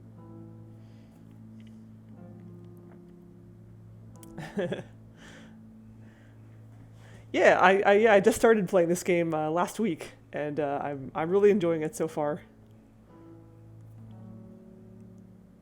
It's good stuff. I do love me a good detective game.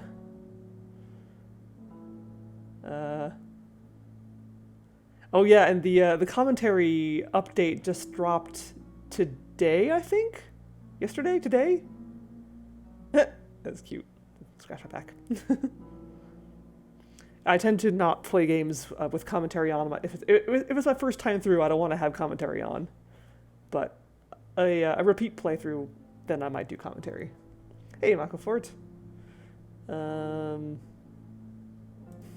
there isn't anyone else here. I was just talking to myself. You're not going crazy on me, are you, Miles? No, of course not. Don't be ridiculous, Addie. Just checking. Come on, people talk to themselves all the time. I do it all the time. How was your appointment? Mrs. Lefebvre was her usual bossy and overly picky self, but she gave me a very generous tip. That's good. Ooh, bad so end. I stopped by the shop on the way home and bought a new deck of cards. Excellent. Shall we have a few rounds of écarté? I believe you demanded a rematch last time we played. Yes, that would be nice. Cool. Well, you certainly managed to dodge that bullet. I only wonder how much longer you'll manage before one finally hits you. You be quiet.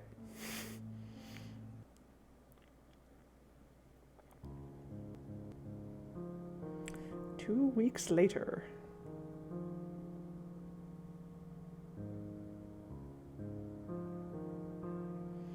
And it says here they still don't know what caused that explosion. I guarantee you it was sabotage. Those Redites have been causing a lot of trouble lately. Is that the group of anti-steam tech radicals? The very same. Why Redites, though? They're named after some fellow named Jonathan Red, apparently the one who began the whole anti-steam movement. It's really a rather stupid name, if you ask me. And uncreative, to boot. Well, what would you call them, then? The Jonathanites. Oh my god. The League for the Preservation of Blowing Things Up. The Boom Boom Boys. The Anti-Steam Society. Perhaps something like the League for the Preservation of Blowing Things Up?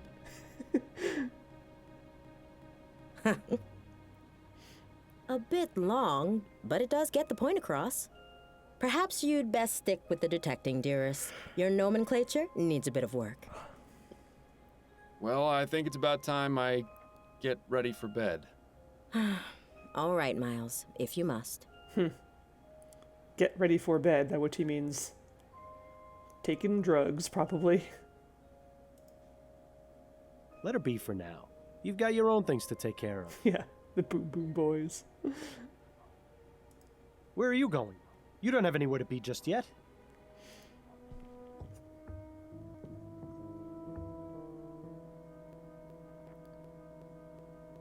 Why is it doing this? It wasn't doing this earlier tonight. Just started doing this in the middle of my stream. Who could that be at this time of night?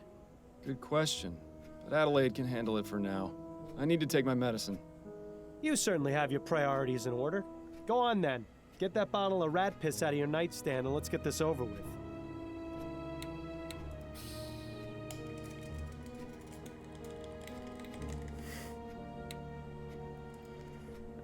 Just for fun, hold on a second. I'm going to quit and see if restarting the game will help at all. Just a moment.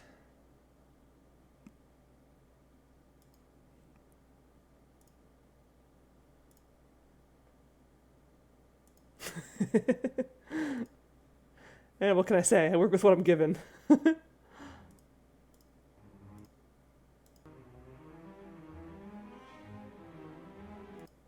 there we go.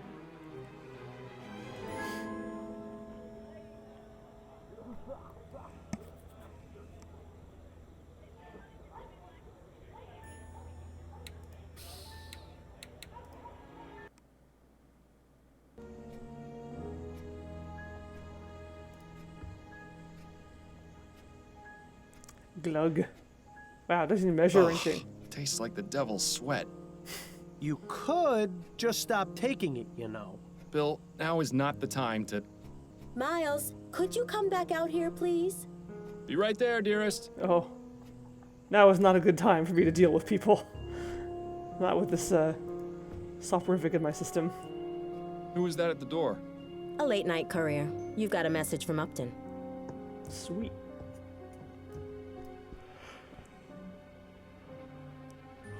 Excuse me. Fordham, this case makes the last one look simple. Meet me at Rouen ASAP. Is urgent.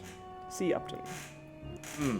Seems this case is rather urgent. She wants me to meet her as soon as possible. But didn't you just take your soporific? Are you going to be all right to go? It won't kick in for another hour or so. Should be plenty of time. All right, I'm going to bed then. Good luck, dear. Good night, Addie. Yeah, I wouldn't think so. No, no, it's still doing it. Damn it. Ah, well, that's really annoying. There's no time to waste, Miles. You need to go meet Upton. The game's like kind of stuttering a bit. It only started doing it at the end of the last case when I wrapped up the case with Upton, and the little oval images in the middle of the conversation screen started showing up. That's when it started doing it. Yeah, kinda, yeah.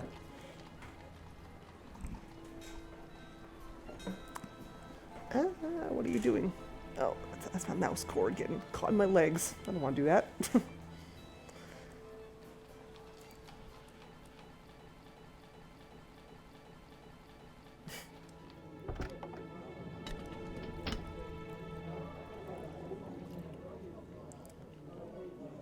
Maybe. I have no way of knowing since this is my first time through the game. Or maybe it's just something with my computer. I don't know.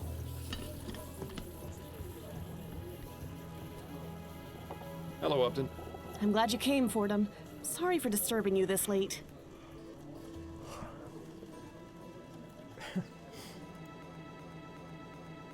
Shouldn't a respectable young lady like you be in bed by now? Only if you want to add boring to your list of adjectives. So, what do you got for me? An infant kidnapping in Lyon. The report came in tonight just before my shift ended. Oh, great. The family wants to keep the investigation very low-key. They're afraid if word gets out, they'll have all sorts of ne'er-do-wells making false ransom claims. That's why I suggested they let you investigate first. Head over to 45 Belcourt Street. That's the home of Malcolm and Miriam Harris, the parents of the kidnapped boy.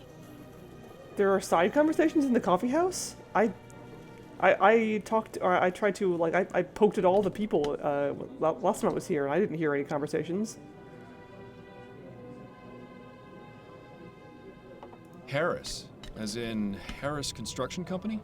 The very same, owned by Malcolm's father, no less. Now you see why they wanted to keep this out of the public eye.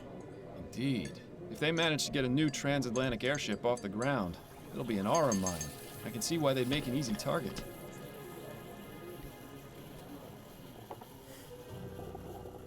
Don't worry, Upton. I'll get the kid back before you can say hot toddy. Hot toddy. I think you're losing your touch, Fordham. And I think you've lost your joke book. Try some new material for a change, would you? Oh, come on. Right. I set that up Good for luck her. on your investigation. Come see me again once you figured things out, or if you just need to talk. I'll be here all day tomorrow as well, so feel free to stop by. Okay. So, how's the caddy Oh, business? all right. Making good money? They definitely didn't do this last time I was Wish. there. I was thinking about signing up with Coulson's Cabs, actually. Really? You want to get involved in the war? I'm sure it's not as bad as everyone says it is. I don't know. I heard one of the Phillips drivers sabotaged a Coulson cab, and the driver was thrown 50 feet into a brick wall. Yikes. If I was you, I'd stay independent. No fares worth your life. Do they only do this at night, or like after the first case? Heard the 'Cause they Redites are definitely planning a didn't big do it attack before. on a bunch of factories. Those idiots. I wish they'd stop with their nonsense. You don't support them? I'm surprised, especially considering a machine took half your arm. I don't believe in solving problems with violence. This city's got some real problems. When people pay more for an airship ticket than most workers earn in a year, something stinks. But the way to deal with that ain't by blowing up steam tech, that I can tell you. I don't know how you do it. If I was you, I'd never get near any steam tech again, and wouldn't care a fig if it got blowed up. Well, then it's a good thing you ain't me, isn't it? What way are you know? Yeah, no, I was gonna go look at them. I was gonna go check them next. And well, you... They're cutting our wages. The foreman told us all yesterday. No, that's terrible. Why? Because they're spending the extra money bringing in steam-powered machines. They say it's only temporary, but a lot of the others are saying they're getting ready to replace us. So what are you gonna do? What can I do? I'm lucky enough to have this job. I'm not about to leave it. Just gonna have to find some other way of making ends meet. Let me at least buy you a drink. Thanks, but I can't. I'm working a double shift tomorrow, and I need to be at my best.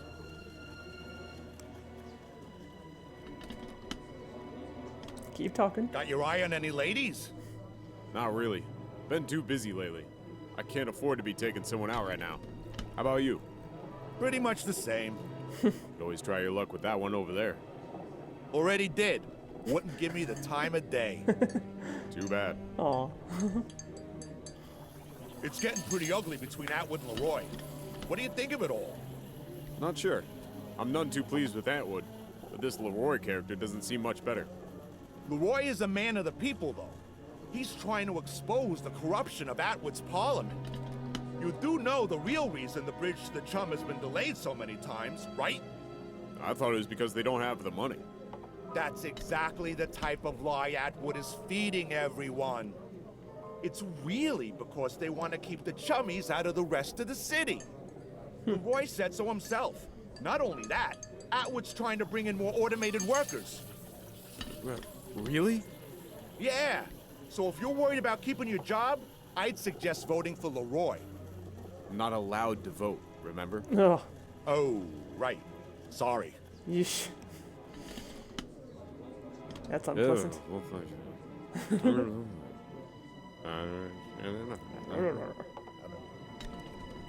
Still, I don't know, people.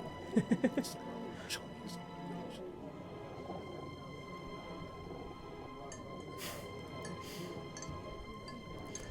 Makes me think of Monkey Island 2, the party goers at Elaine's mansion.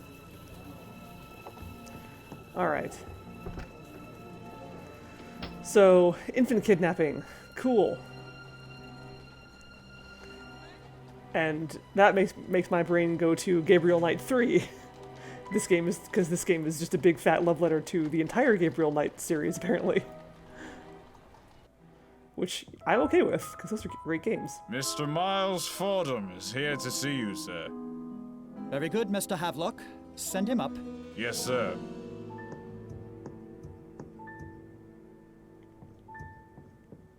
Good evening to you, sir. Good evening, Mr. Fordham. I'm Malcolm Harris. I'm terribly sorry to hear about what's happened, Mr. Harris. Thank you, Mr. Fordham. You were very highly recommended by Miss Upton. She said you'd be able to solve this faster and more discreetly than the police. I admit it's a rather unorthodox approach, but we're desperate. I understand. I'll do all I can to find the kidnapper and bring your son back unharmed. If you'd like to examine the nursery, it's just through that door to the left.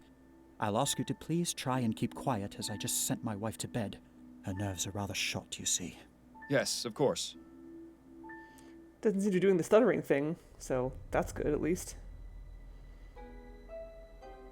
It's nice to see that tea is still served here even in times of tragedy. Well, of course. You can't have tragedy without tea. Can't spell tragedy without tea. I'm sure the only location the Harrises care about is wherever they are at any given moment. I wouldn't get too close, Miles. That vase is probably worth more than your entire building. She looks like she's up to something.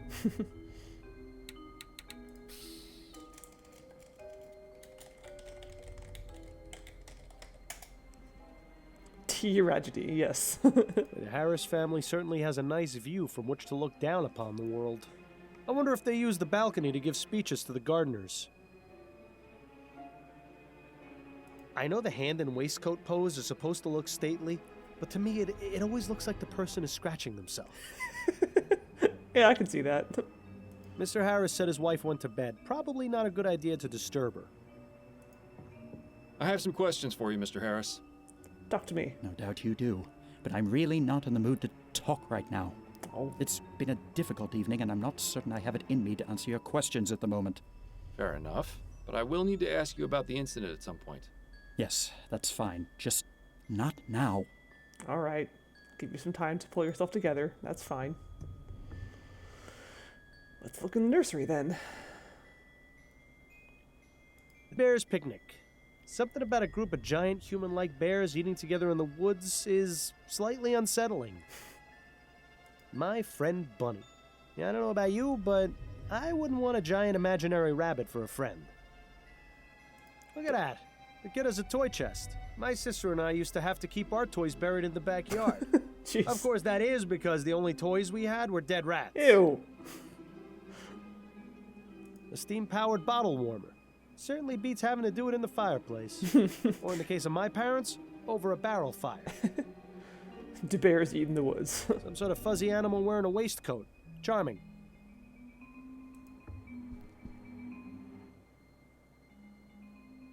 Nice mobile.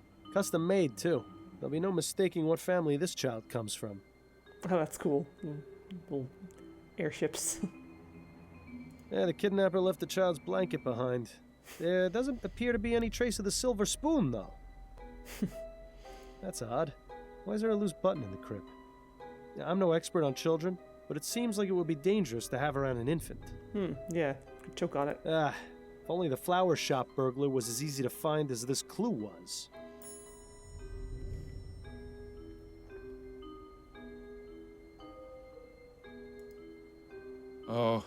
Oh dear. Oh no. Uh-oh. I'm losing it. How wonderful. The soporific has started working. Well done, Fordham.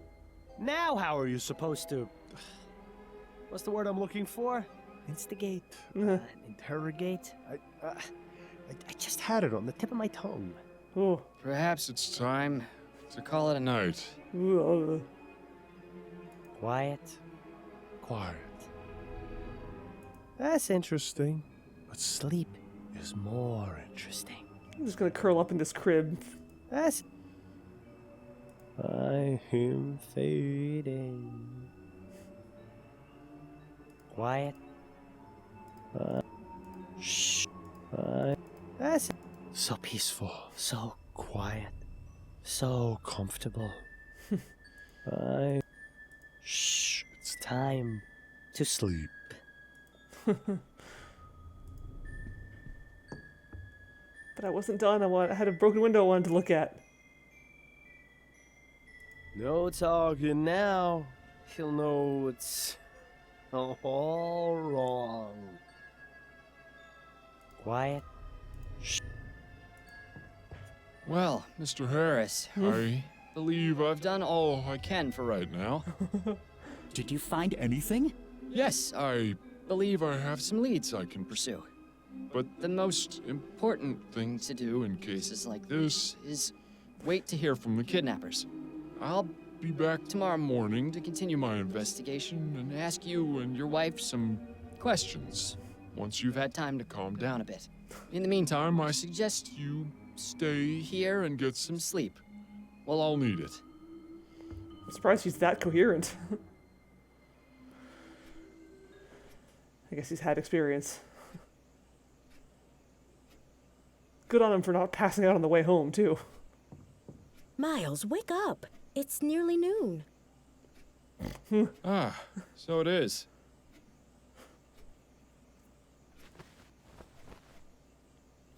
Why didn't you come to bed when you got home last night? It was late. I didn't want to disturb you. So what was so urgent about the case Upton sent you? I'm trying to track a kidnapped child. Oh my goodness. That's awful. Yes, the pressure's on, but I think I should be able to crack it. Assuming you actually managed to get anything done at the Harris Manor today. Well, let me know if there's anything I can do to help. Also, we've got company. Mrs. Delacroix is having her hair done here today, so please make yourself presentable. You mean I'm not already? At least do something about your hair. I do have a reputation to maintain after all. Why don't you do something about my hair? What's wrong with my hair? Do you really want me to answer that? We'll be here all day. He just said he didn't want to disturb her. Because apparently getting into bed with your wife is disturbing somehow. It's admirable just how organized Adelaide is. Maybe someday the same can be said about you. Yes. And Gabriel Knight is very proud of his hair. Pretty, but I'm glad I don't have a... I'm certain to... Don't worry, Miles. It would be... I thought you were... And then he said, "Oh, hello there. I don't believe we've met." Mrs. Delacroix, this is my husband, Miles. Miles, this is Mrs. Delacroix. Pleasure to meet you, madam. Likewise, young man. Pleasure. Is everything all right, Mrs. Delacroix? Oh, yes, everything's fine. It's just that... You look like death. Well, you weren't what I was expecting, is all. Keep your head, Miles. She may be a closed-minded idiot, but she's just an old lady.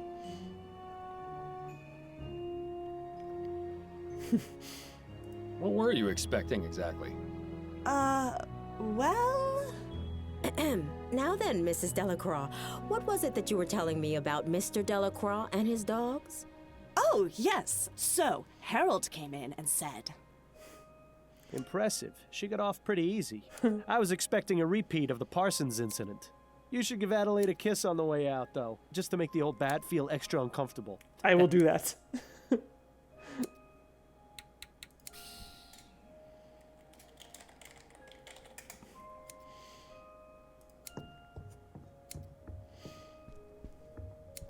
Addie? Not right now, Miles. I'm busy. We can talk once I finish with Mrs. Delacroix. Okay, but I just wanted to give you some sugar. Come on. Mwah. She can get as painted up and coiffed as she likes. It's not gonna fix the ugliness inside. Addie? Not we. Oh, how do I kiss her? Do I just leave? Yes. Goodbye, dearest. Yeah. Plant one I on look her. forward to your return, my love.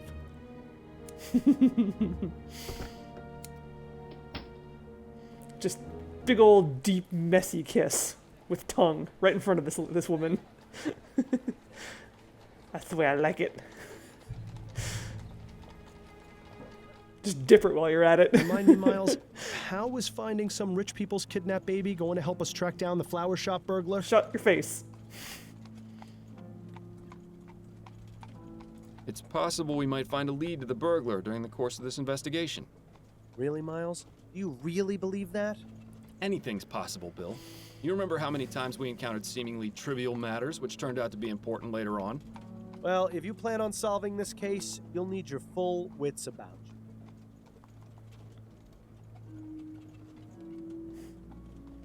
Again, with the nagging. What is it this time? You need to stop taking the soporific, Miles. Yeah, Miles. Adelaide has been trying to get you to stop for months, and Upton already suspects something is amiss. Not to mention your little episode last night. Trust me, no one is going to want to hire the dullard detective. Clever. Did you come up with that one all by yourself? What are you going to do when the cases stop coming in? How long before you get put away in Riverview? If I do get locked away, it'll be your fault. Which is exactly why you need to get back to your normal routine so you can find the burglar.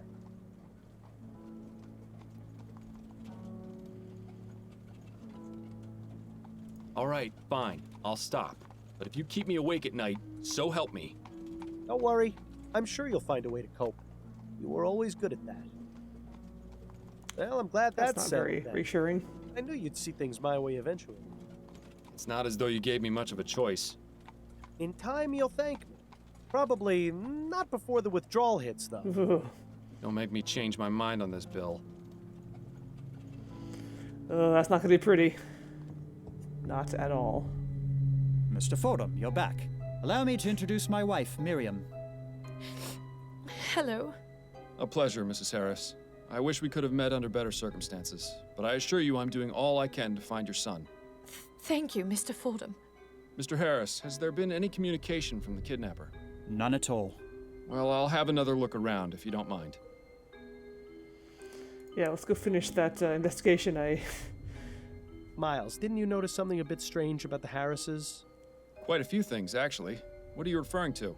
His son was just kidnapped, yet they're each on their own side of the sitting room. Not comforting each other, not crying together. Nothing. They're stuck-up rich people. Not exactly the type to show emotion. Miles, you know I'm the most cynical person there is when it comes to their type.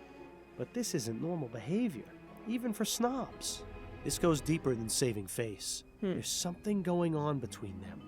I think you should find out what. All right. Does every case in this game revolve around a broken marriage? Doesn't look very comfortable. Whoever sits here must end up with a sore backside after a while. It's rude of Miles to not like talking to people just because they're dead. I know, right? Dead people need company, too. Nice view of the garden from up here.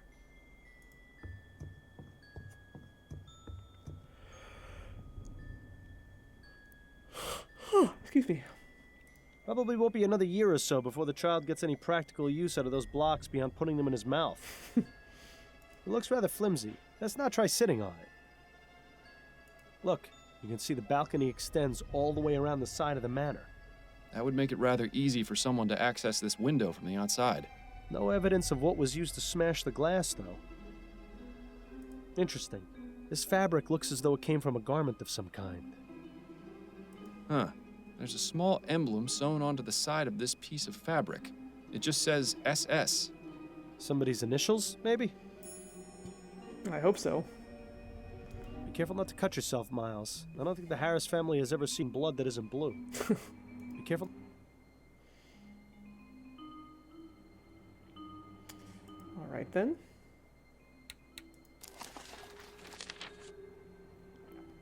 Charles Harris, infant son of the heir to Harris Construction Company, has been kidnapped. Who did it, and where did they take the child? Loose button. A single loose button found in the baby's crib. A piece of torn fabric, seemingly from a garment. It has an emblem sewn on with the initials SS.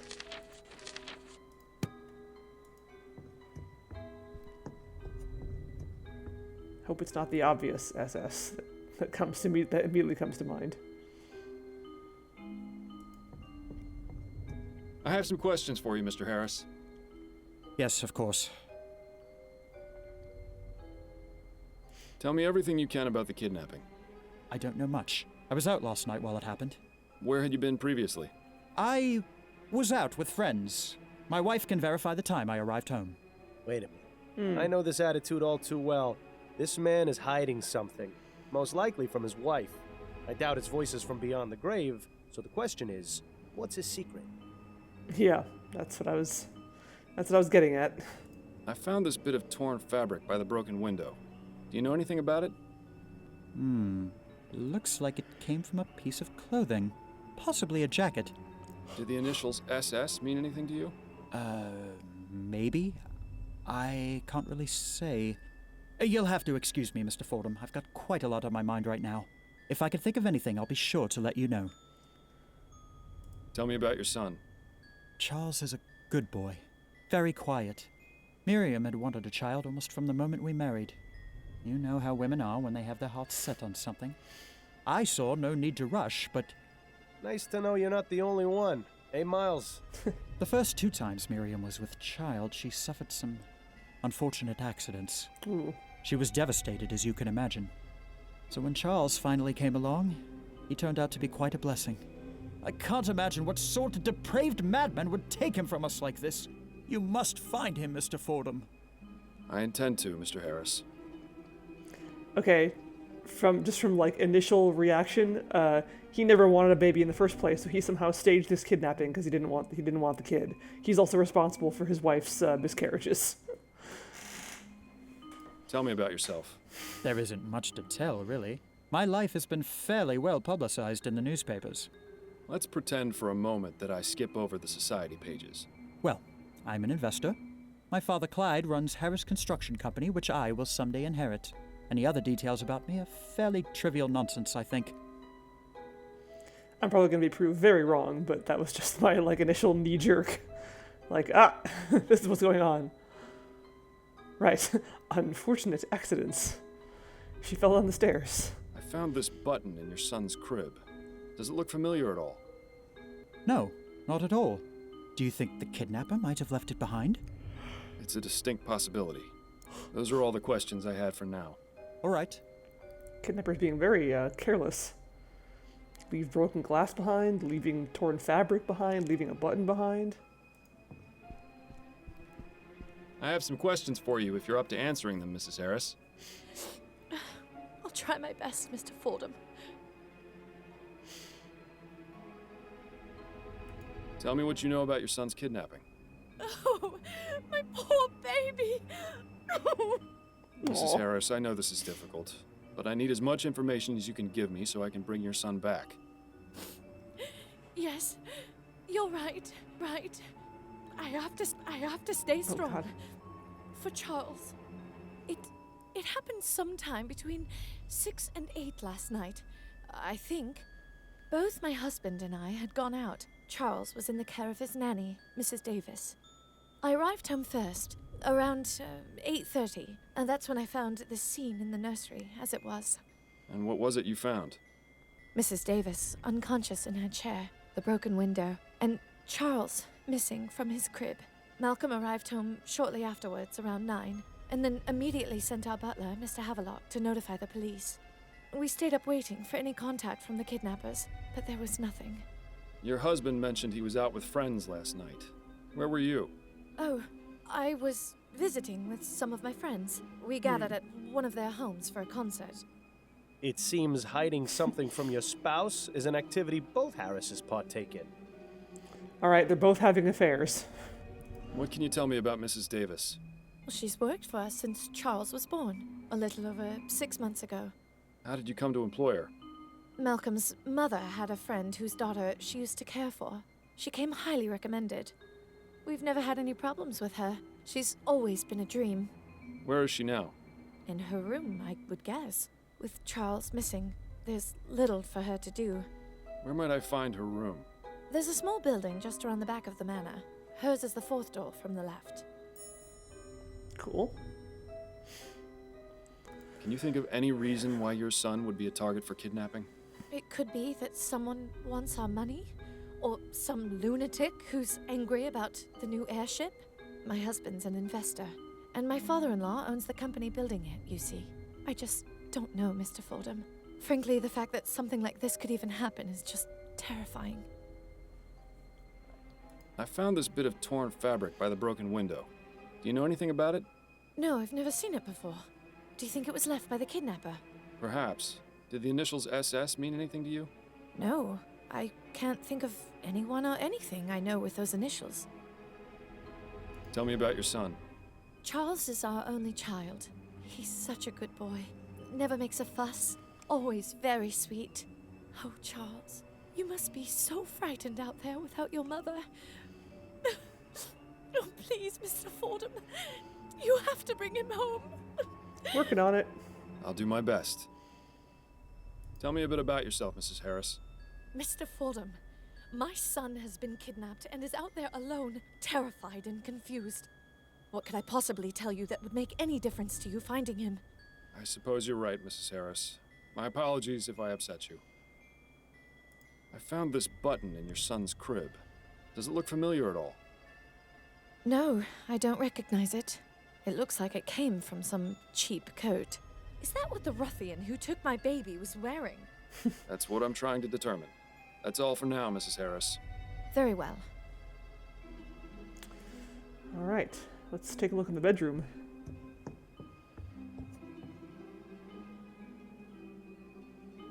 Fancy. Some poor servant's probably gonna get a flogging for leaving it in here, though.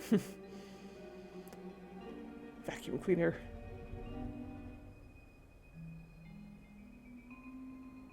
Who in their right mind would need that many drawers? It's not that many. Wardrobes are usually always full of wonderfully dark secrets. Usually, always. Which one is it? Usually or always? Painting of the city. Probably the only time the Harris family sees any of the other boroughs. Oh, another 4-poster. The Harris family certainly makes no secret of their wealth. It looks like a pile of women's clothes. Must belong to Mrs. Harris.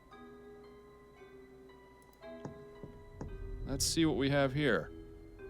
Snoop, snoop, snoop. A very poorly written letter addressed to Mr. Harris. With one arm. I don't suppose it's a letter of admiration. On the contrary, the author seems quite upset. Mr. Harris, this is your weekly reminder of how much I hate you. Because of you, my wife is dead. My wife was a wonderful woman, and you have taken her from me. I hope you suffer as much as I have. Arthur Devons. Okay. Nothing else of note in any of the drawers. Oh, well, at least we got to play a rousing game of Search the Rich People's Dresser. Always fun. Everybody wins. An empty suitcase. I suppose Mr. Harris must travel every now and then. One thing is for certain. Mr. Harris uses entirely too much starch on his shirts. Mr. Harris's color selection is almost as drab as yours. Let's see if there's anything of interest in any of the pockets. So, Mr. Harris is a fan of the ponies, is he? I'm sure that's not causing him any trouble at all. Name of horse, obsessive. Something. Huh. Alright. Mr. Harris... Yeah, it seems like this is where Mrs. Harris keeps her unmentionables. I like the ones with the frills and the stitched cat. Paperwork and receipts. Nothing particularly interesting here. Yeah, that's what I was thinking too. Compulsive. More lacy underthings. I wonder which Harris they belong to.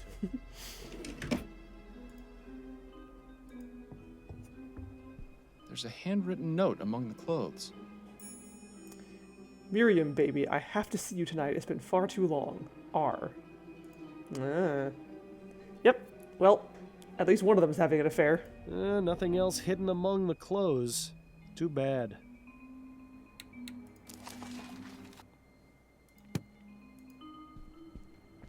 Yay, chose my reflection.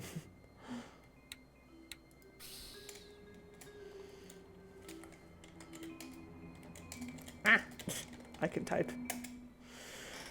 All right.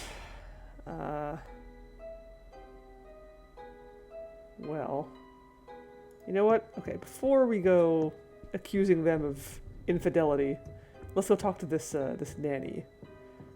I will go find the nanny's place. There we go.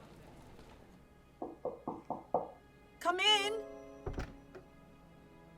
Good day to you, ma'am. I'm Miles Fordham, a private investigator. I'm looking into the kidnapping of Charles Harris. Are you Mrs. Davis?